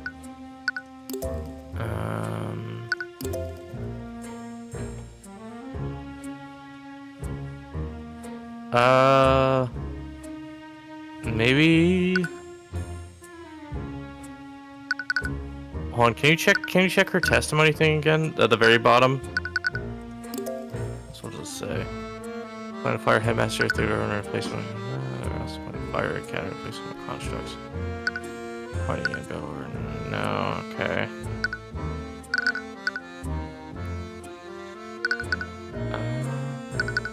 I'm gonna try this Okay. with this one and just see what happens. I know that they're probably gonna make the argument that... Objection! Yeah, no. No. Damn. Hmm. But it has to be the statement because they changed it. Unless it was just for... It wasn't morning! Oh, you're right. It wasn't one. It's a timeline. Yeah. Objection! Holy it. shit! You're smart. You're smart. Big brain. Miss Free, if I recall correctly, you have a habit of getting absorbed in your work. So much so that you'll even lose track of the time of day. Yes, but what does that have to do with my testimony, peasant? Earlier in today's proceedings, the prosecutor made the following argument. Our first witness saw Bellwether leaving the meeting with the headmaster. That would time his encounter around 1 p.m.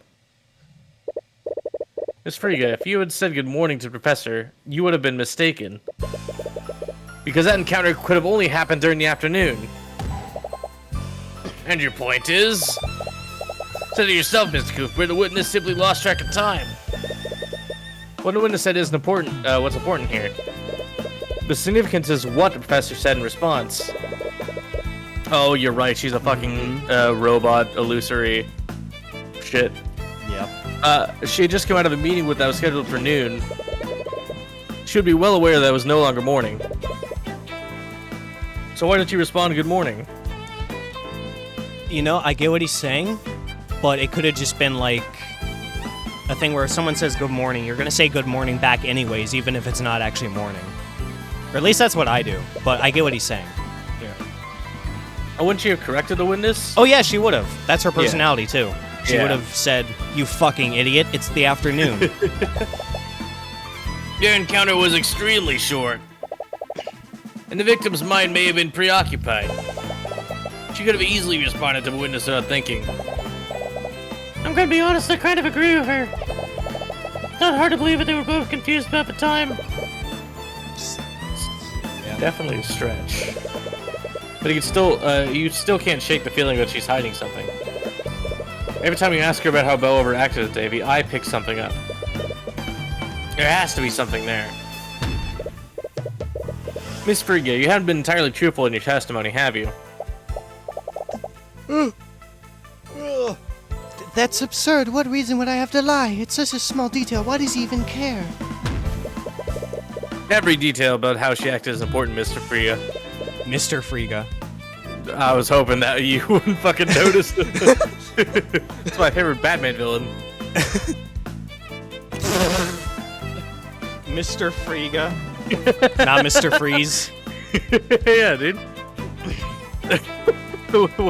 What aren't you telling us? That's like off-brand. Walmart brand Mr. Freeze. Oh wait, no, man. We don't got the Joker. We got the comical or the. Never mind. Comical. Never mind. That joke was going nowhere. Just ignore that. Mr. Cooper, you have no basis to accuse the witness of perjury. Yes, you will stop this at once. I want my career. I don't want to lose my job, please.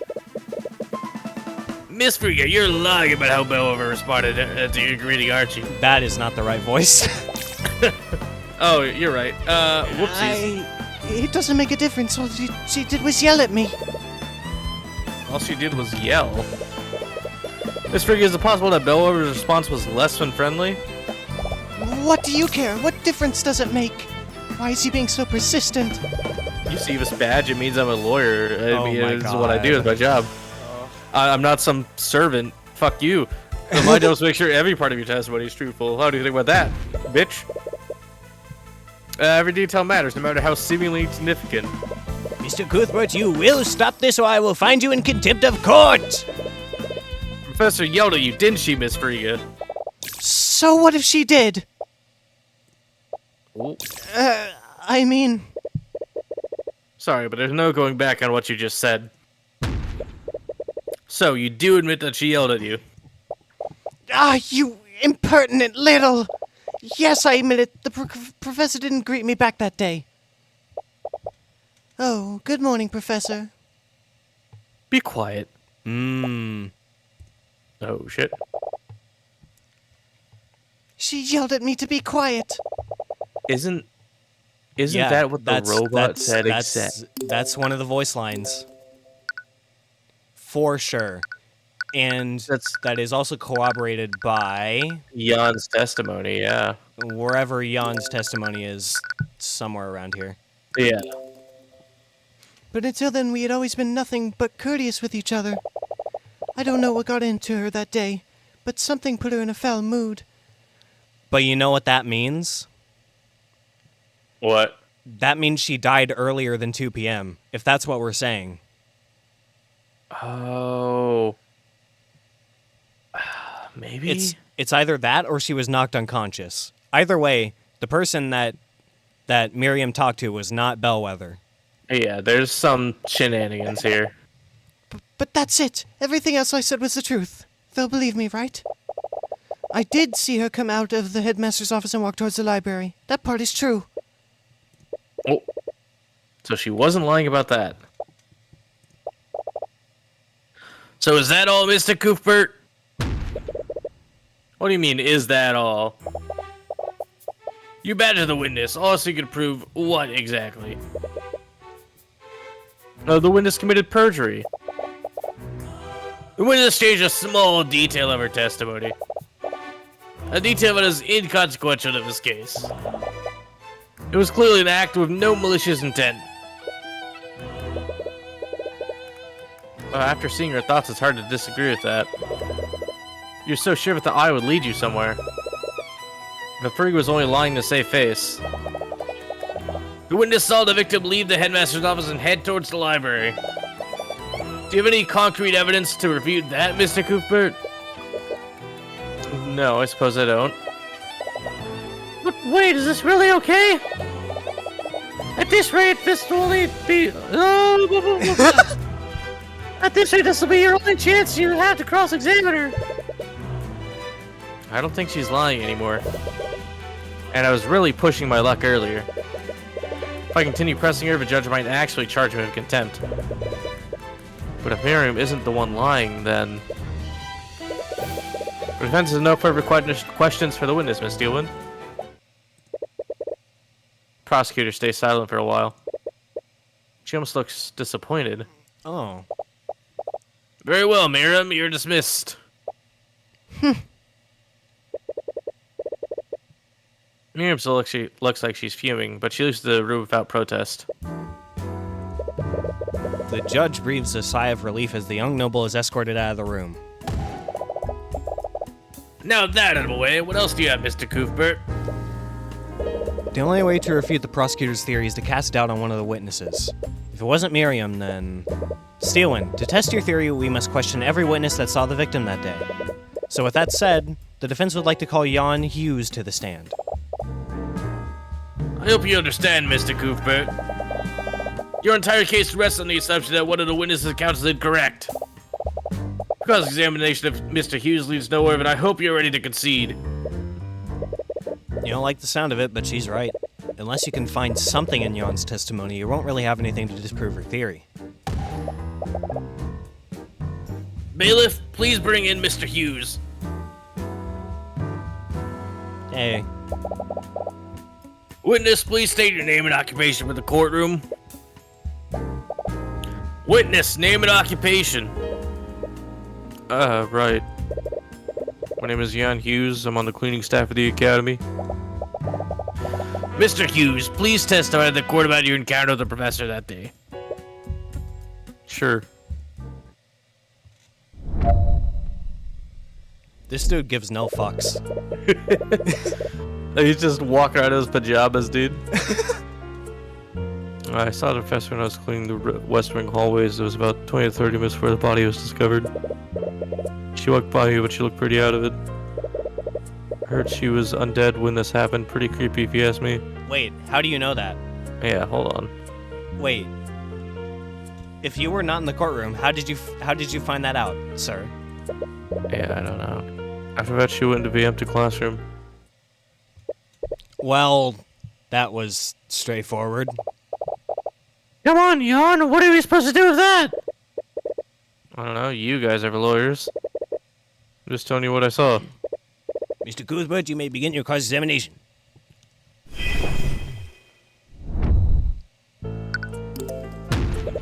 How are you so sure it was 30 minutes before? I always check the time to make sure I'm on schedule. I was supposed to finish cleaning halls by 3 p.m.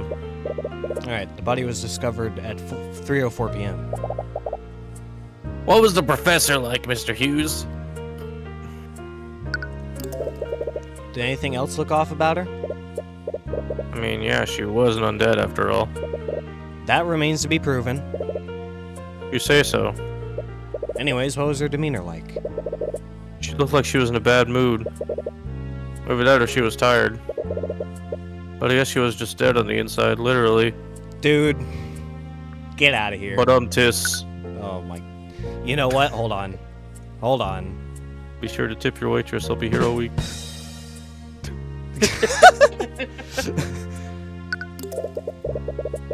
I believe you've forgotten a few details about what the professor did. Yeah? Your mom! I leave the jokes to me, kid. Sorry, it's hard to remember these things sometimes. Which detail should you ask him for? Ooh. Did she touch anything? Did she touch anything? Oh, yeah. She knocked over a vase and shattered it. It might have been an accident, but she's done stuff like that on purpose before.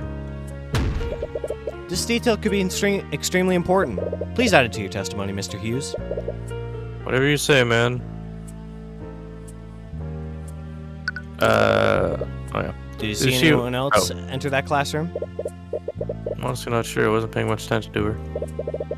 I did think it was weird that she went in there.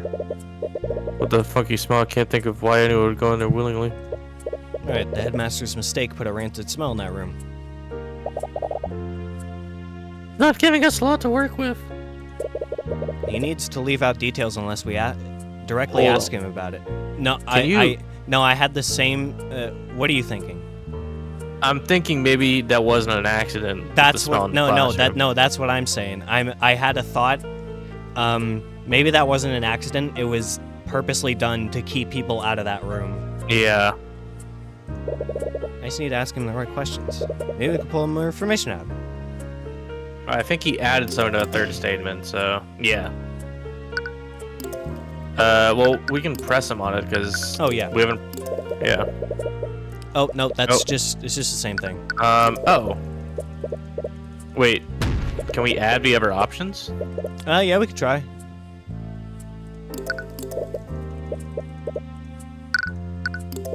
Did she interact with you at all? Oh, yeah. I didn't notice her at first, and I accidentally got in her way. She shoved me to the side and kept walking forward. Okay, that's another one. Yeah. This detail could be extremely important. Please add it to your testimony.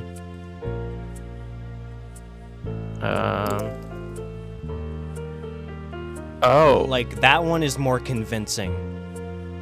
As, like... he couldn't have been pushed out of the way. Oh, I see. We're specifically changing the way his statement is worded so that we can... Okay, I see. What is the sound one? Yeah. Did you hear her make any sounds? Oh, yeah. After she knocked over the vase, she yelled at me to be quiet. But I didn't even say anything. Detail could be extremely important. She yelled at you. Animated corpses can't speak. Yeah. Yeah. Objection! There it is. Mr. Hughes, you said that Bellwether yelled at you. What were her exact words? I think she yelled at me to be quiet.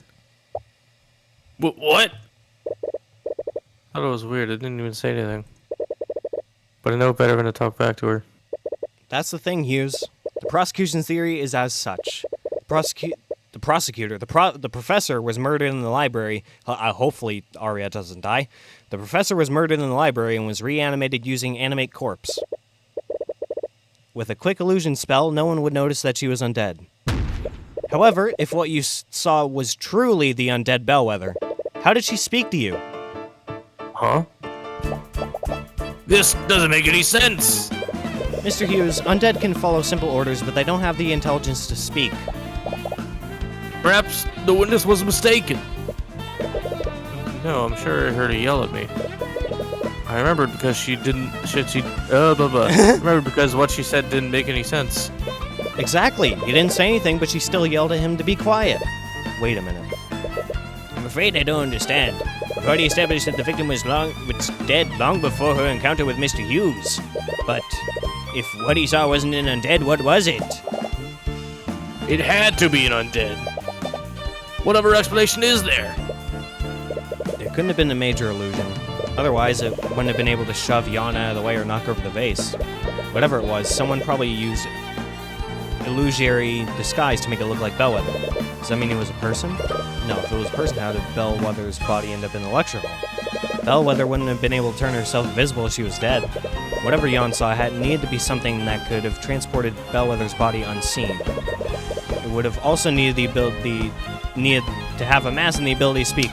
Create Bellwether's voice, yep, it's pretty simple. There it is. What could have done that? That's it. Do you have an answer for us, Mr. Cuthbert? What did the witness actually see? Your Honor, the witness didn't actually hear the dead victim speaking. What he actually heard was her voice being recreated using magic. Are you trying to say that her voice was recreated using a spell? Not a spell, Steelwind, it was artificary. And whoever the murderer is, they had the perfect piece of artificary available to them. One programmed with Catherine Bellwether's voice. You can't possibly mean... That's right, Steelwind. What Mr. Hughes saw was an arcane construct. An arcane construct? Think of it as a magically animated suit of armor, Your Honor. But we ruled out such a possibility, hadn't we? Construct or not, no one could disguise themselves and carry the body to the classroom. A person wouldn't have been able to do it. But arcane constructs are a different thing entirely. Those suits of armor are extremely large, but more importantly, they're hollow. Oh! Yeah. So, put the body inside of the suit and... Wow. Yeah. I see. That means theoretically someone could have placed the victim's body inside of it. The arcane construct wouldn't just transport the body. With an illusory disguise, it would also confuse and mislead anyone who saw it. Objection! I commend your deduction, Mr. Cuthbert, but I have never considered that possibility. It's certainly plausible, but what does this prove exactly? It proves that the body wasn't animated using necromancy. My client isn't the murderer. A defendant is still capable of performing all the acts you described. His compendium contains illusory disguise, after all. There were several students in the library that day. Any of them could have committed the murder. One might come to that conclusion if they didn't have one crucial piece of evidence. I'd like to present a new piece of evidence to the court. Oh, murder weapon? Ah, Yeah. from under her table you see Miss Steelwind pull out the bloody rapier. Blood, is that? Yes, Your Honor. This is the murder weapon. Oh, she was saving that for the perfect moment, wasn't she? This rapier was reported stolen by Miriam Frieger weeks before the murder. And during the investigation, it was finally found. In the defendant's locker. Wait, He was clearly trying to use one of her possessions in a paltry attempt to frame her. Why, he even stole her locker's nameplate and placed it over his. damn it, that's not what happened. But honestly, it sounds more plausible than what really took place. We're basically back to square one, aren't we? Anyone could have told that construct to do all those things. Wait, anyone? Is that really true? The construct transported the professor's body, and someone used an illusion to make it look like it. They even used a pre-recorded voice to make the illusion more convincing. Who ordered the construct to hide the body? Ooh. It was... Wait. It was him. It was Frigga. No, because Be Quiet was the specific thing that Frigga got told. Yeah. It was Frigga that did it. No. It was him. Because let's look at the timeline of events. Frigga saw Bellwether walk out of the headmaster's room. And then the Bellwether robot told her to be quiet. And he has the ability to control them.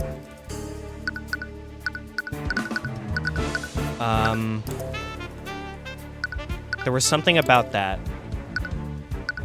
About the fact that only he can control them. No, I understand what you're saying, but she also has her own personal robot.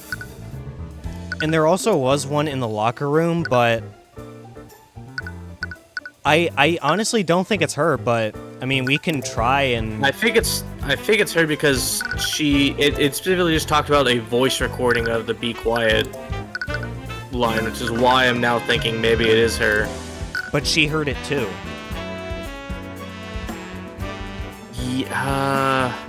Yeah, but like, is that the first time that she said be quiet, or is that... Let me see what the question is. Who ordered it? So we have to present a profile. Yeah. We can try her if you want. I think, because I also think we need to ask her more questions as well, so I think we need to bring her back up. No, that's not Oh, right. no, okay. Then maybe it Constructs is. are available to the students, but not all their functions are Then enabled. you're right, then. Yes.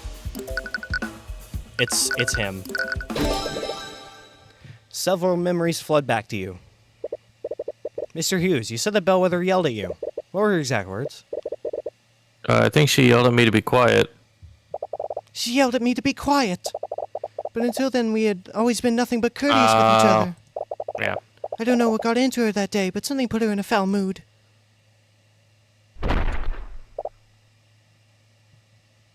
Be quiet. Sorry. Be quiet. Oh! Wait. Oh, shit! Oh, shit! Was she dead that whole time? Has she actually been dead? Oh my god, and she knew! Eris, you fuck. You fuck Eris. This motherfucker.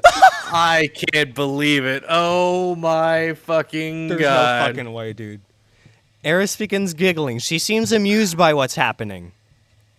Oh. She knows. Oh my god.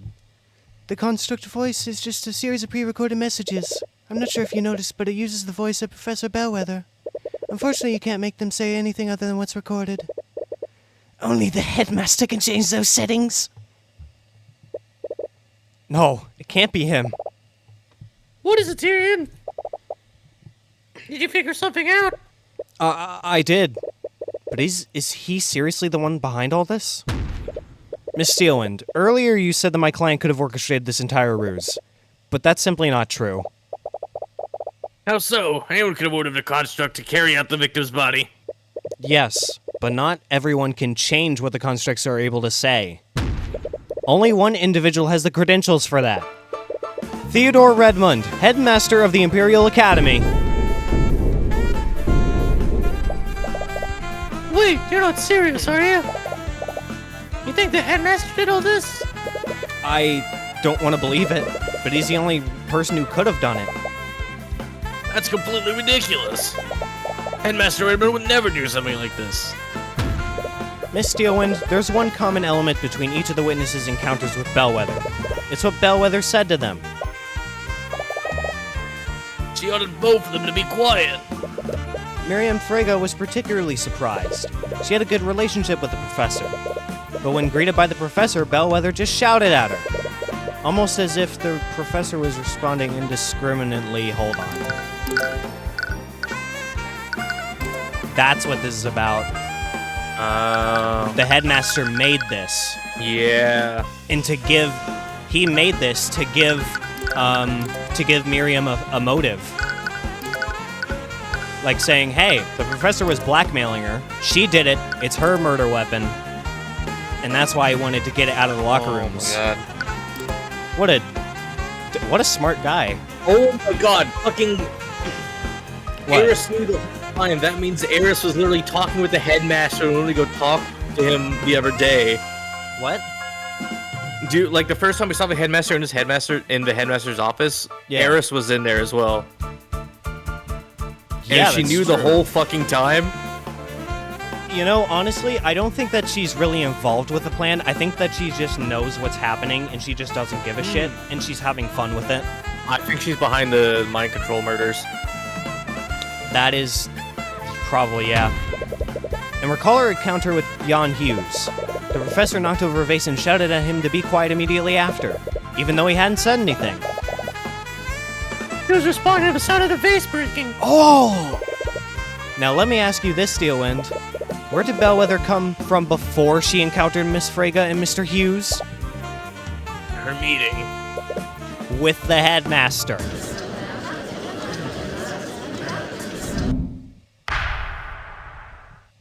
It appears that the defense truly means to indict Theodore Redmond.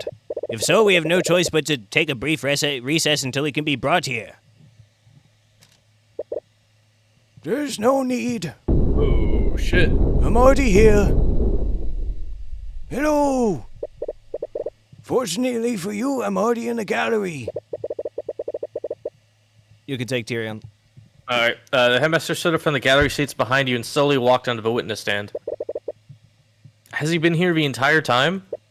No, please correct me if I'm wrong, Mr. Cuthbert. But do you think I am the one who committed this crime? I'm sorry, Redmond. But no matter how we look at it, everything I found points to you. No, there's no need to apologize. In fact, I should commend you on the lengths that you're going to defend dear Wallace. The court appreciates your understanding, Mr. Redmond. Now then, to clear the air, I suppose I should give my testimony on what happened that day.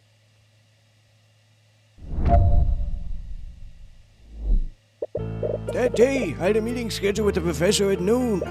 She showed up at the expected time and we discussed various administrative matters. Our meeting went on for an hour, after which she left to prepare for her next class. Despite our many disagreements, we still knew how to be civil with one another.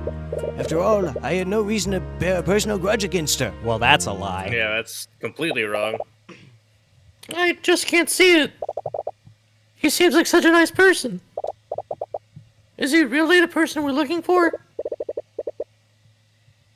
He has to be. No one else could have orchestrated this entire plot. You just need to find out how and why. Bro, if what? Oh, okay. So my really crazy theory right now is that this is just another one of the mind control murders, and he's gonna say that he had no choice but to do it. That would be fucking crazy. I don't think it is gonna be, because I think that's gonna be a later thing. But but Eris being right in the same room with him. Eris's involvement this early is just fucking me over. What was this meeting for? Oh, nothing of note. Oh. We were merely discussing our daily operations and duties within the Academy. In an academy such as ours, it is beneficial to regularly communicate with the staff. So she showed up exactly at 12 p.m.? More or less. Catherine Bellwether was many things, but she was never tardy. Why are you mad about that? I think what this is, you saw her before the meeting. So I don't have a way to disprove what he's saying. It'd be best to look elsewhere in this testimony. How long did this meeting last, Headmaster?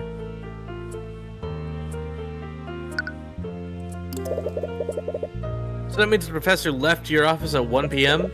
Yes, she was quite adamant about taking time to prepare her lesson plans. Now just think about it, Frigga had no idea what the time was when she saw Bellwether. If the headmaster is lying about when the meeting ended, there'd be no way to verify it. Which would account for the hour gap that Steelman mentioned. Damn it, did the headmaster really do this?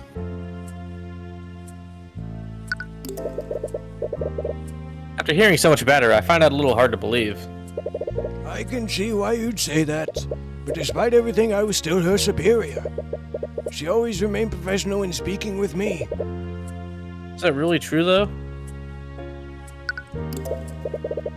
Really? Even after the way she's acted towards the students and faculty? Make no mistake, I've heard many complaints regarding her actions, and I've had many conversations with her to try to correct her behavior. But at the end of the day, she was a remarkable professor, regardless of her lack of people skills. His testimony pretty much matches what we know so far. I'm not entirely sure if he's lying or not. But at the very least, we know that he was involved in the professor's murder. But why? If you can figure out his motive, we might be able to find out how to reveal him in court. Okay, so I think we present the blackmail shit. Or not the blackmail, yeah, that one. Objection! Gotcha. God damn it. Redmond, did you really hold no animosity toward Professor Bellwether? I am Lloyd Frontera. Of course not. That character I sent of the picture, that's Lloyd Frontera, by the way. Oh, okay. Yeah, I had no idea. I just think the picture is funny. That's who that character is. Okay. I did have strong opinions about her methods of teaching, but I always remained professional. We both did. Frankly, I find that hard to believe. In fact, I think you might have had a very good reason to murder the professor. Considering that she was going to take your job. What? So you knew about that? I'm sorry, but I don't follow. Just how was the professor going to take the headmaster's job?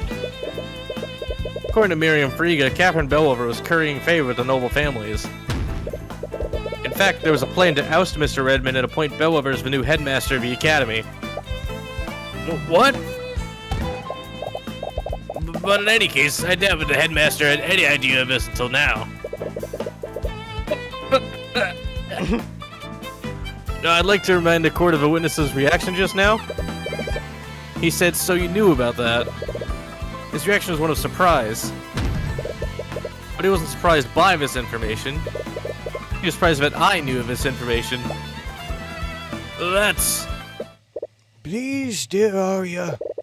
I may be a frail old man, but I'm perfectly Oh, capable of shit. defending myself. He's angry. If you have an explanation, Mr. Redmond, then by all means, I'd love to hear it. Gladly. Those eyes. It is true that I knew about the Frega's plot beforehand, but I had only just learned about it. On the day of the murder, the professor told me about her plan. She was going to replace me as headmaster and replace the staff with her arcane constructs. Now you might say that this would have given me the perfect motive to murder the professor. However, the supposed murder weapon was stolen from Miss Frege. This happened weeks before the murder and my discovery of the professor's treachery. I had no knowledge of their plan before she told me, and therefore I wouldn't have known to steal Miss Frege's weapon in an attempt to frame her. You satisfied now, Mr. Cuthbert? There's no way that the headmaster could have come up with this plan. If he really did do this, that means he stole the rapier too, right? Most likely. His alibi makes sense. He couldn't have planned this whole thing unless he knew about the Bellover's plans. Doesn't mean he knew about this weeks ago. But how did he even find out? Yawn. Yeah. The best way to tell a convincing lie is to leave a lot of truths and only change one detail. Maybe Bellover did tell him, but she actually told him weeks ago. Question is, how do you prove that? Oh, she told him weeks ago, and that's what Jan overheard. Yeah. Mr. Oh, Cuthbert, yeah, that makes in sense. the course examination. And if that's so, they were really fucking careless. Yeah, jeez. So you only learned about it recently. Doesn't that seem a bit too convenient for you? It may appear that way, yes, but That must have infuriated you. Enough to murder, perhaps. Your colleague betrayed you and attempted to steal your job. I'm only human. Of course, I was taken aback. I've been headmaster of the Imperial Academy for decades. To think that the professor and the board would go behind my back like that. With the professor dead, you won't have to worry about losing your job. At least not for a while. I suppose you're correct, but there are others who benefit too. The faculty staff is now aware of the Frege's plot. With her plot delayed, they won't need to worry about abruptly losing their jobs either. But what happens if you prove that Redmond is the killer? He'll lose his job and House Frege will just appoint someone else. That's a good point. That's interesting. No, you can't think about that now. If you don't prove Redmond's guilt, the court will convict Wallace. As a headmaster, you probably have the tools available to get into a room. You know, this kind of reminds me of, have you played Spider-Man PS4? Yes, a while ago. But It yeah. kind of reminds me of Wilson Fisk's "In 1 week, you'll wish you Oh. had me back." Yeah. Like And this then the city's just fucked. this corrupt individual who keeps the law Yeah. who keeps the law and order in his own way, and once he's gone, all chaos breaks loose. Yeah. I have a feeling that's what's going to happen in the aftermath of this trial. Possibly, yeah. Yes, I'll admit that. The Academy has a master key that can be used to enter each of the students' dorms. And yes, as Master, I would have access to that key. Then you had the perfect way to get into a room and steal a rapier undetected. I suppose I did. However, there's one flaw with your logic. It's my understanding that the Freegas wanted to keep it a secret until the very end. Why would Bellover, of all people, tell you about her betrayal? I imagine she wanted to taunt me with that information. We've had our disagreements, and looking back, she may have resented me for that.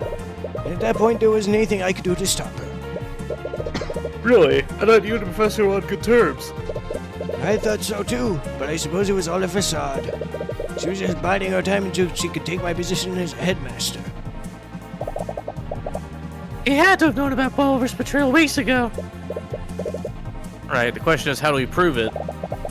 Do we have someone that proves he knew about it before the day of the murder? Okay. Yes, I think it's Jan's testimony. Or... It's gonna be in... No, I think it's literally the thing we just used, yeah. Yeah, it's here. Yeah. Objection! No, that's not it. Okay. Interesting. All right. Maybe I'll try it on this statement. Yeah, maybe. Objection! Nope. No. Maybe the fourth statement? Because I think like the fourth statement is really... Wait. Oh, maybe not. Okay. You'd only just learned about it. Oh, on the day of the murder. The professor told me about her plan. Oh yeah, I can present it to here as well, right? Yeah. Objection! Got it. There it is. Redmond, you keep saying that you didn't know about Weller's plot before yesterday. Do you still plan on standing behind that claim? Of course I am, because it's the truth.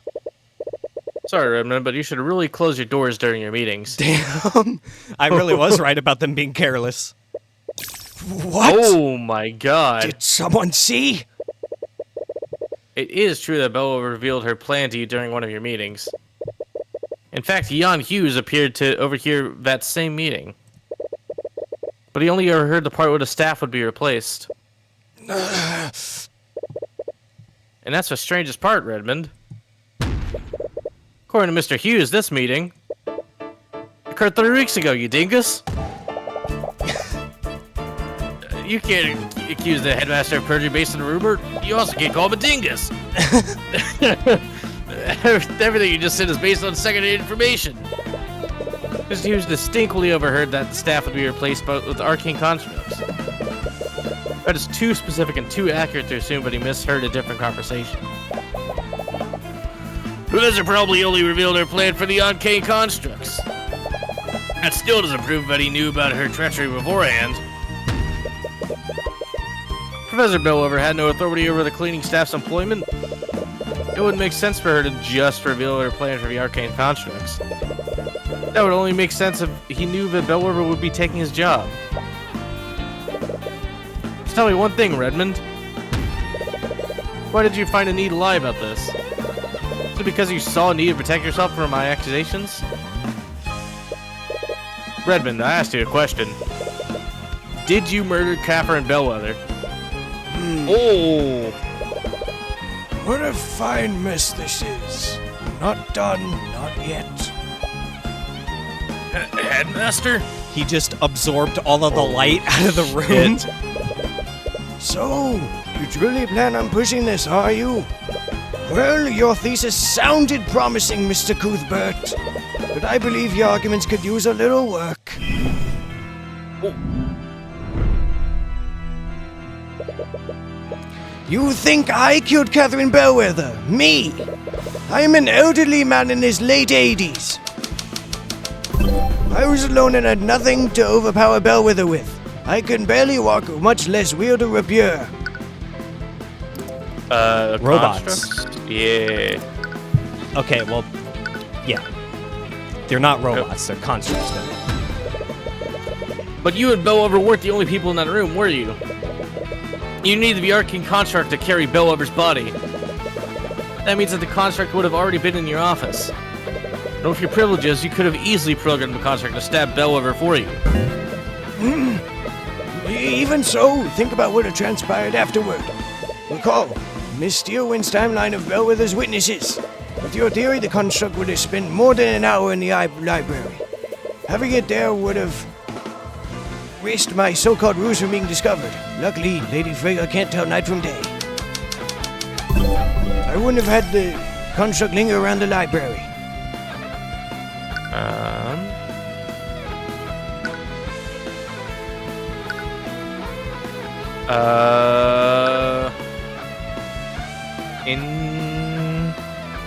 I'm honestly not sure. Use this against claims that contradict the displayed emotion. Ooh, I think maybe intuition. Let's try it. Yeah, there it is. By the time we deduced your Miss Frigga's testimony is predicated on one thing, that she saw Miss Bellwether exit your office after your meeting. However, if we assume that you're lying about when this meeting ended, your entire argument falls apart. Miss Frigga would have encountered Bellwether after her death at 2:01 p.m. Miss Frigga wouldn't have made a mistake like that. Miss Frigga thought it was morning when she saw Bellwether. She can't reliably tell the time. Ugh. Then what about where the rapier was placed? If I really was the murderer, then that would mean I planted the weapon in young Wallace's locker. Several of the students had lockers there that I had access to. I wouldn't have been placed incriminating evidence in that locker. Wallace is one of my prized students. If I had to frame anyone, he would be the last person I choose. Except you put it in. It's this one. It isn't active, but No, it's this one. Yeah, it is this one, I guess. Yeah. We can try it. You're right, Mr. Redmond. You wouldn't try to frame Wallace, but you would try to frame Miriam Frigga. Would have been the perfect act of revenge, wouldn't it? You murder your treacherous coworker and frame a daughter of the family that helped her. But something went wrong, didn't it, Redmond? The labels on Wallace's locker and Miriam's locker were switched. Anyone who saw that would have easily mixed them up.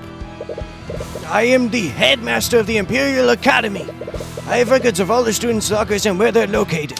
There's no reason I would make a mistake like that. If I truly planned this, I would have known where Walders's locker was. A simple change in labels wouldn't have led me to make a careless mistake like that. And this is where I was going with it. The construct wouldn't be able to tell the difference. But it wasn't you, was it? The Arcane construct was the one who planted this rapier in the locker. Bro, we are roasting this thing. Holy shit. I bet you commanded it to place the rapier in the locker of Miriam Frigga. But it saw the ID number of Wallace's locker and assumed that it was Miriam's. This is... Redmond begins desperately stammering, looking for something to say. Miss Steelwind, say something! What?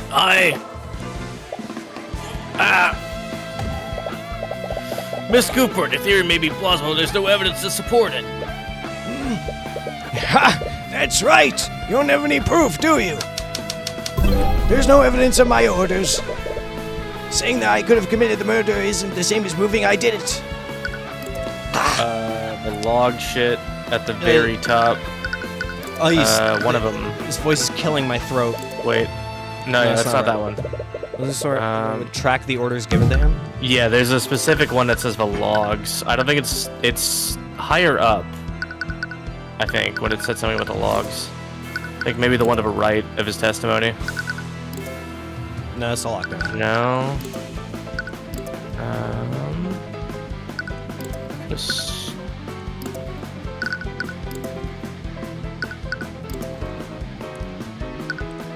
Maybe it is that cod. No, because that doesn't say anything about logs. Maybe... My badge! Maybe the one in between. No, because that just is her saying what she's going to... We have a bit of health. I'll try the cog. Okay. Wasn't there some sort of evidence that would track the orders given to him? Okay. Is it literally under the testimony? Like, is it his testimony? No, it's just what about the one to the left? I know what the piece of evidence they're talking about, but so that doesn't have anything about the logs. No, it does. Every command given to a construct is stored in his command log, and we tried this and it didn't work. Did we try the cogs at the bottom? Yeah, we just tried that. Oh, we just did. Okay.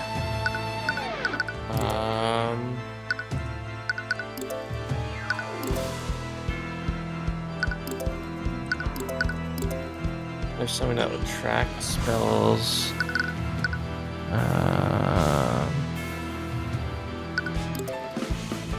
There's no evidence of my orders. What do those two journals say again? Where? The down there, 4 pillars, and that. Have we tried showing off that other construct, the one in the middle, the inactive one? No, we have. Ooh, that's a good point. We could say we can look at the logs of this one. There we go. Yeah! Sweet. Your arcane construct is still in the locker room where Planet of a Rapier. All we have to do is take a look inside it and we'll see the blood inside. Ooh, that's a good point. Is that so, Mr. Cuthbert? What? Why does he still look so confident? No, Mr. Cuthbert, I already checked the inside of that construct during my investigation. Interior was completely clean. What? The construct's primary function is to assist and clean, dear Tyrion. They have a function that allows them to clean themselves inside and out. Well, we can still look at its command history, right? Think about it, Mr. Cuthbert. Do you honestly think that the murderer would leave behind evidence like that? I'm sure that whoever orchestrated this plot, they ordered the construct to wipe its logs when it was finished. Oh, but what if it didn't? What if there was a command that it couldn't do? Oh, yeah, that's a good point. No. That's right, Mr. Cuthbert. Your case against me is theoretical at best, but I suppose I can still give you marks for trying. Damn it, he thought of everything. Was he seriously able to get rid of all that evidence? You're running out of options. Oh, you still have one tool left. It's unbecoming to declare like that, young Tyrion. He's doing it again. Bring yourself back to that moment with Garrick Pierce. Think about what's at stake for Wallace, just like you did with Celeste. His life and his future are in your hands. Naught can remain concealed. You activated the Empower Eye again. Redmond did a good job of covering his tracks. But there has to be something that he forgot to get rid of. Okay. Project. Oh, present things that'll remind him of the murder. Yeah. The rapier. Yeah, the autopsy as well, yeah. I did everything I could to cast doubt on Frigga's brat. I can't believe Valerie placed a trace of necromancy on the body. To make matters worse, the construct placed the evidence in the wrong locker. So he did send the construct of a locker room to plant that evidence. He must have also fabricated the documents that accused Frigga of cheating. It was all to make her look like the murderer. But it still doesn't give you anything new to work with. Oh, wait. This maybe? Maybe. The construct's orders were clear. Plant the body in Lecture Hall 2B, and then plant the evidence in Frigga's locker. It was supposed to head to the storage room afterward. What happened? Interesting. The contract wasn't supposed to be in the locker room? Oh. I know what it was. He called in the lockdown too early, so it couldn't leave the room. So it didn't.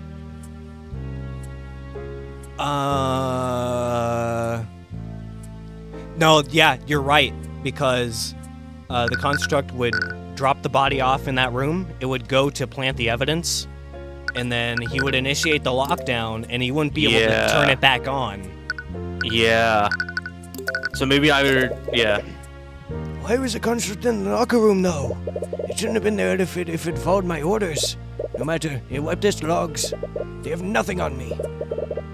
So he did order it to wipe its logs. In order to cover all of his tracks, he probably would have done this last.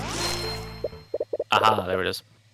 Wait, he ordered the contract to go to the storage room? I knew it would be relevant sort of. It was sort of relevant. Would have done that after it was finished planting evidence of the locker room. So we found it in the locker room. What stopped Contract from leaving the locker room? Right, the body was probably reported earlier than Redmond expected. This means that he probably started the lockdown before the contract was finished in the locker room. How did lockdown affect the contract actions? But does it change anything?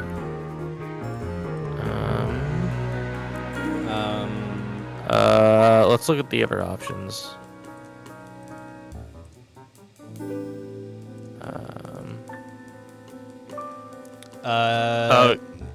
His series of commands was interrupted by the lockdown. Yeah. Alright, series of commands would have been interrupted. Wait a minute. Constructs execute a series of commands in the order that they are given. Let's say one of those tasks is impossible to complete. When the construct gets to that task, it will deem the entire series as impossible to complete. As a result, it will stop executing the series altogether. So if a task in a series of commands is impossible, then that command will interrupt the entire series? The construct's final command was to wipe its memory. But if its orders were interrupted by the lockdown, then... Oh, shit. Yeah. He's so fucked. Miss Steelman, I have nothing more to ask this witness. Oh, that's cold. What? You're not giving up, are you? Do you even have to ask? Yeah, I thought so.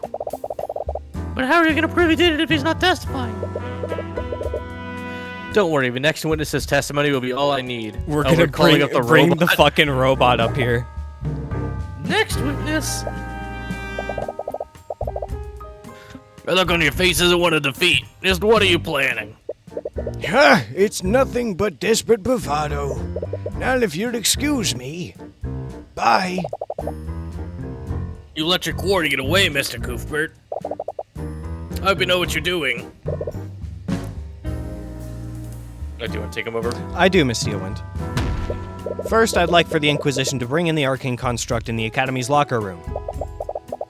We've already established that the murderer could have wiped its history. Please, just humor me for a second, Miss Steelwind. Very well. Bailiff, please relay Mr. Cuthbert's request to Commander White. Oh no. Oh no. Well, here's your construct. Oh no. I hope you know what you're doing, Mr. Cuthbert. I'm gonna have to yell. Construct. What are your orders? Please recite your command history. Reporting! Command 1, stand by it! Headmaster's office. Command 2, await vocal signal! Attack. From Theodore Redmond. You hear Redmond stand up from the gallery. Seeing this, prosecutor watches him and carefully clutches the handle of her cane. Command 3, treat Catherine Bellwether. as a hostile entity and neutralize! Construct, wipe you! Huddle. Oh shit! Before he can. You. Yeah, okay. Before he can finish his sentence, the prosecutor points her cane at the headmaster. Magical energy shoots from it and collides directly with him. Magic weaves around his body and stops him from moving. He's clearly trying to struggle against it, but it looks like he can't even move his mouth. Miss Steelwind! Excuse the interruption. Please continue. Command 4, await vocal signal! Leave. From Theodore Redmond! Command 5, move to classroom 2B! Report any inquiries from voice line 3! Command 6, remove! Catherine Bellwether. From material frame, place on 4! Thank you, Construct. No problem! You can stop now. I think we all know the rest. No! But just to be clear, who gave you this series of commands? Commands were provided by Headmaster! Theodore Redmond. How? How? I ordered the construct to wipe his command history! Mr. Redmond, constructs don't follow the same logic that humans do. They're prone to error when their commands are impossible to execute. Impossible? In what way were my commands impossible? You were the one that made it impossible. Oh my, that's so good. You activated the lockdown system. The lockdown? The body was found earlier than you'd like. You had no choice but to immediately activate the lockdown system when it was reported. However, the construct was still in the locker room when you did this. So that's why I was there. Construct finished his task in the locker room, but then it tried to follow your next command. It tried to move to the storage room, but it was prevented from doing so. Completion of that command was impossible. So the series of commands was stopped before it wiped its history. You little... Theodore Redmond, you ordered your contract to murder Catherine Bellwether. Then you had to place a murder weapon in the locker to frame Miriam Friga. And we have your contract's testimony to prove it.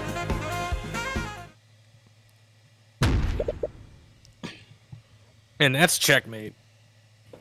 Got him. I fucking knew you were gonna do that, too. I knew. I can't believe it. Gotcha. How did you do something like this, Headmaster? She was going to take everything from me. My position, my academy, my students, everything would be gone. It was going to be stolen by her and the Fragras. Why didn't you say anything to me? I could have... Don't you dare stand there and act ignorant, Lady Steelwind! Do you think the Fragras acted alone? Your father was a part of this plot, too! What? I have nothing to say to you. I thought you were different. I listened to your lies about societal reform. In the end, you were just like the rest of the aristocracy. Oh, shit. By the scared lord, what have I done? I was even willing to sacrifice poor Wallace. I can't believe I... Why... Oh! Why did I do this? You're told to do this. Yeah, he said, "Why did I listen to?" Yeah, but now it's why did I do this? It appears we have a full confession. The court sees no reason to prolong this any further. Bailiff, please escort the witness to a holding cell. Eris, you little snake. Oh my god, Eris. Mr. Cuthbert, you really did it. It feels amazing, right? Like a big weight is lifted from your shoulders. It does, but... Can't believe the headmaster was the one who did this. Right. Despite everything Redmond did, he was the one that allowed Wallace to pursue his dreams. I'm sorry. I'm sure this is bittersweet for you. What am I gonna do now? Headmaster Redmond was the only reason I could even attend the academy. With him gone... Come on, don't think like that. You got acquitted. I'm sure it'll all work out. You want to agree, but necromancy is basically taboo. Without Redmond's support, there aren't many places he could learn it legitimately. And then there's the Imperial Academy. Hey, don't you get all sad on me too. Sorry, I was just thinking. With Redmond gone, the Freykas will probably just appoint another sycophant as the headmaster. Valentina, Valerie, and Jan, they're all going to lose their jobs. Come on, you found it. Oh my word. Come on, you have the truth, and you put a murderer behind bars. You saved Wallace. She's right. Oh my god, where have you been? As you start to exit the courtroom, you're greeted by Miss Timora. Was she in the gallery this entire time? At the end of the day, you saved Wallace from a wrongful conviction. You should be proud of yourself for that. I suppose you're right. Maybe I am just overthinking things. But the doubt still lingers in your mind. No, come on, I'm taking Wallace to the restaurant we went to last time. Do you remember how much that place cost? Man. Tyrion and Phoenix just having their entire group of friends just use their wallets. Basically, yeah. Oh, she's paying for it. Cool. Oh, never mind. Don't worry, I have plenty of gold. Am I the only one on this team not making any gold? Why don't you meet us there, Celeste? I need to talk with Tyrion for a moment. All right, let's go, Wallace. Okay. You activated the Empowered Eye again, didn't you? She doesn't appear to be praising you. I did. I didn't really have a choice. The Eye of Horus is a powerful tool, Tyrion. But that's twice now that you've used the Empowered Eye to get out of a tough spot. You can't keep relying on it if you want to grow as an attorney. One day you'll find a witness that the Empowered Eye won't work on Eris. Who, like Eris? God, you beat me to the punch. It's worked for me this far, though. Okay, I won't use it again, sorry. But I suppose you're right. I'll try to rely on it less next time. And that marked the end of another case in my career as a defense attorney. Another life saved, and another murderer brought to justice. But I still couldn't shake this feeling of uneasiness. Was it guilt for what would happen to the faculty staff? Or was it something else? We did it. Good. Oh, we have 3 more episodes of potential Eris shenanigans. Oh boy. Oh. We're getting the cutscene. Man, Steelwind has been taking Man, Steelwind has been talking with the perp for hours. What's there to even ask at this point? Damn it, Eris's theme is playing. Turns out she doesn't trust his testimony. Something about his memories not matching up with the crime scene. We don't think he has the mage blight, does he? No, it's not that. She found that damn symbol etched into his desk. Or what does she call it? The purple mark? Oh, for the love, not this again. Look, if the little lady wants to chase the boogeyman, just let her.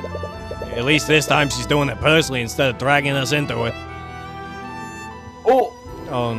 Cast sleep. Hey! What's up with... God damn it, Eris. Who did this to your, What is cutting into you? I've already admitted to everything. What more could you possibly want from me? Where did this graffiti come from? What is the symbol? What is the purple mark? I don't know. A student must have done it at some point. Think very hard, Headmaster. Where did you receive this purple symbol? Focus on the moment you received this. Wait a minute. I remember it now. But how? Oh. Lady Steelwind! Lady Steelwind! Arya, what happened? Are you okay? That was close. My elation over meeting him almost made me forget. Eris, what are you doing here? Why? Wait, I remember now. It was you. You put those ideas into my mind. You're the one who told me to murder Bellwether. Oh, you humans never fail to amuse me. I didn't make you do anything. Everything you did that day, all the planning, all the preparation, that came from your own mind. And I have to say, I was quite entertained with the scheme you came up with. Why, you even broke into Miriam's room. I didn't know you had it in you, old man. Please take this guy's voice. Alright, yeah. You made me forget about our conversation, but how? Illusions can't affect the mind. Magic can't affect the mind. It's a shame, though. I would have much rather turned Wallace into the antagonist of this chapter. This chapter? Oh. Could you imagine if he turned? It would have been spectacular. Armies of the undead running rampant in the streets. But alas, even I couldn't corrupt his pure soul. Wait, so it means she tried to do what the fuck? Oh my god. So there's people that are resistant to Eris's magic. Like us? Are we? Oh. Well, we'll find out. Yeah, I guess. Answer me. Who are you? What are you? Who am I? I'm the Lord of the Sixth Circle. Oh. Ooh. Ah! Well, I think he's okay. Yeah, he's fine. He just like stubbed his toe or something. Yeah. Holy shit. What are the other episodes called? We can check. How do I scroll? There we go. Alright. The Origins of Horus, Severed Ties, and Attorney of the Arcane. What's the name of the game? Okay, dude. game. Oh, that's interesting, dude. The fact that she tried to get Wallace to do this shit, but like he just couldn't. Oh, that's interesting. I feel like it has something to do with the spell compendium that she attuned him to. But I don't know how. Maybe. Oh, I don't know. That was fucking wild. And she did it. She fucking altered shit in the courtroom. Yeah, Oh my god. dude. You know, I said that I didn't think she was going to be the main antagonist, but she gave off main antagonist vibes. Yeah. I don't think you get Lord of the Sixth Circle for being just a side character. Lord of the Sixth Circle of Hell or something. I don't know. Yeah, I'm super interested as to like what the fuck is going on now. Hold on, I need to search something up. The Sixth Circle of Hell is reserved for souls who held beliefs that were against Christian doctrine. So, I don't know if that's what they're going for this one. yeah, I know, I'm aware, but the Sixth Circle of Hell? I mean, she just said the Lord of the Sixth Circle, but I'm pretty sure she's a demon or something, I don't know. Yeah, it could also just be. I don't know.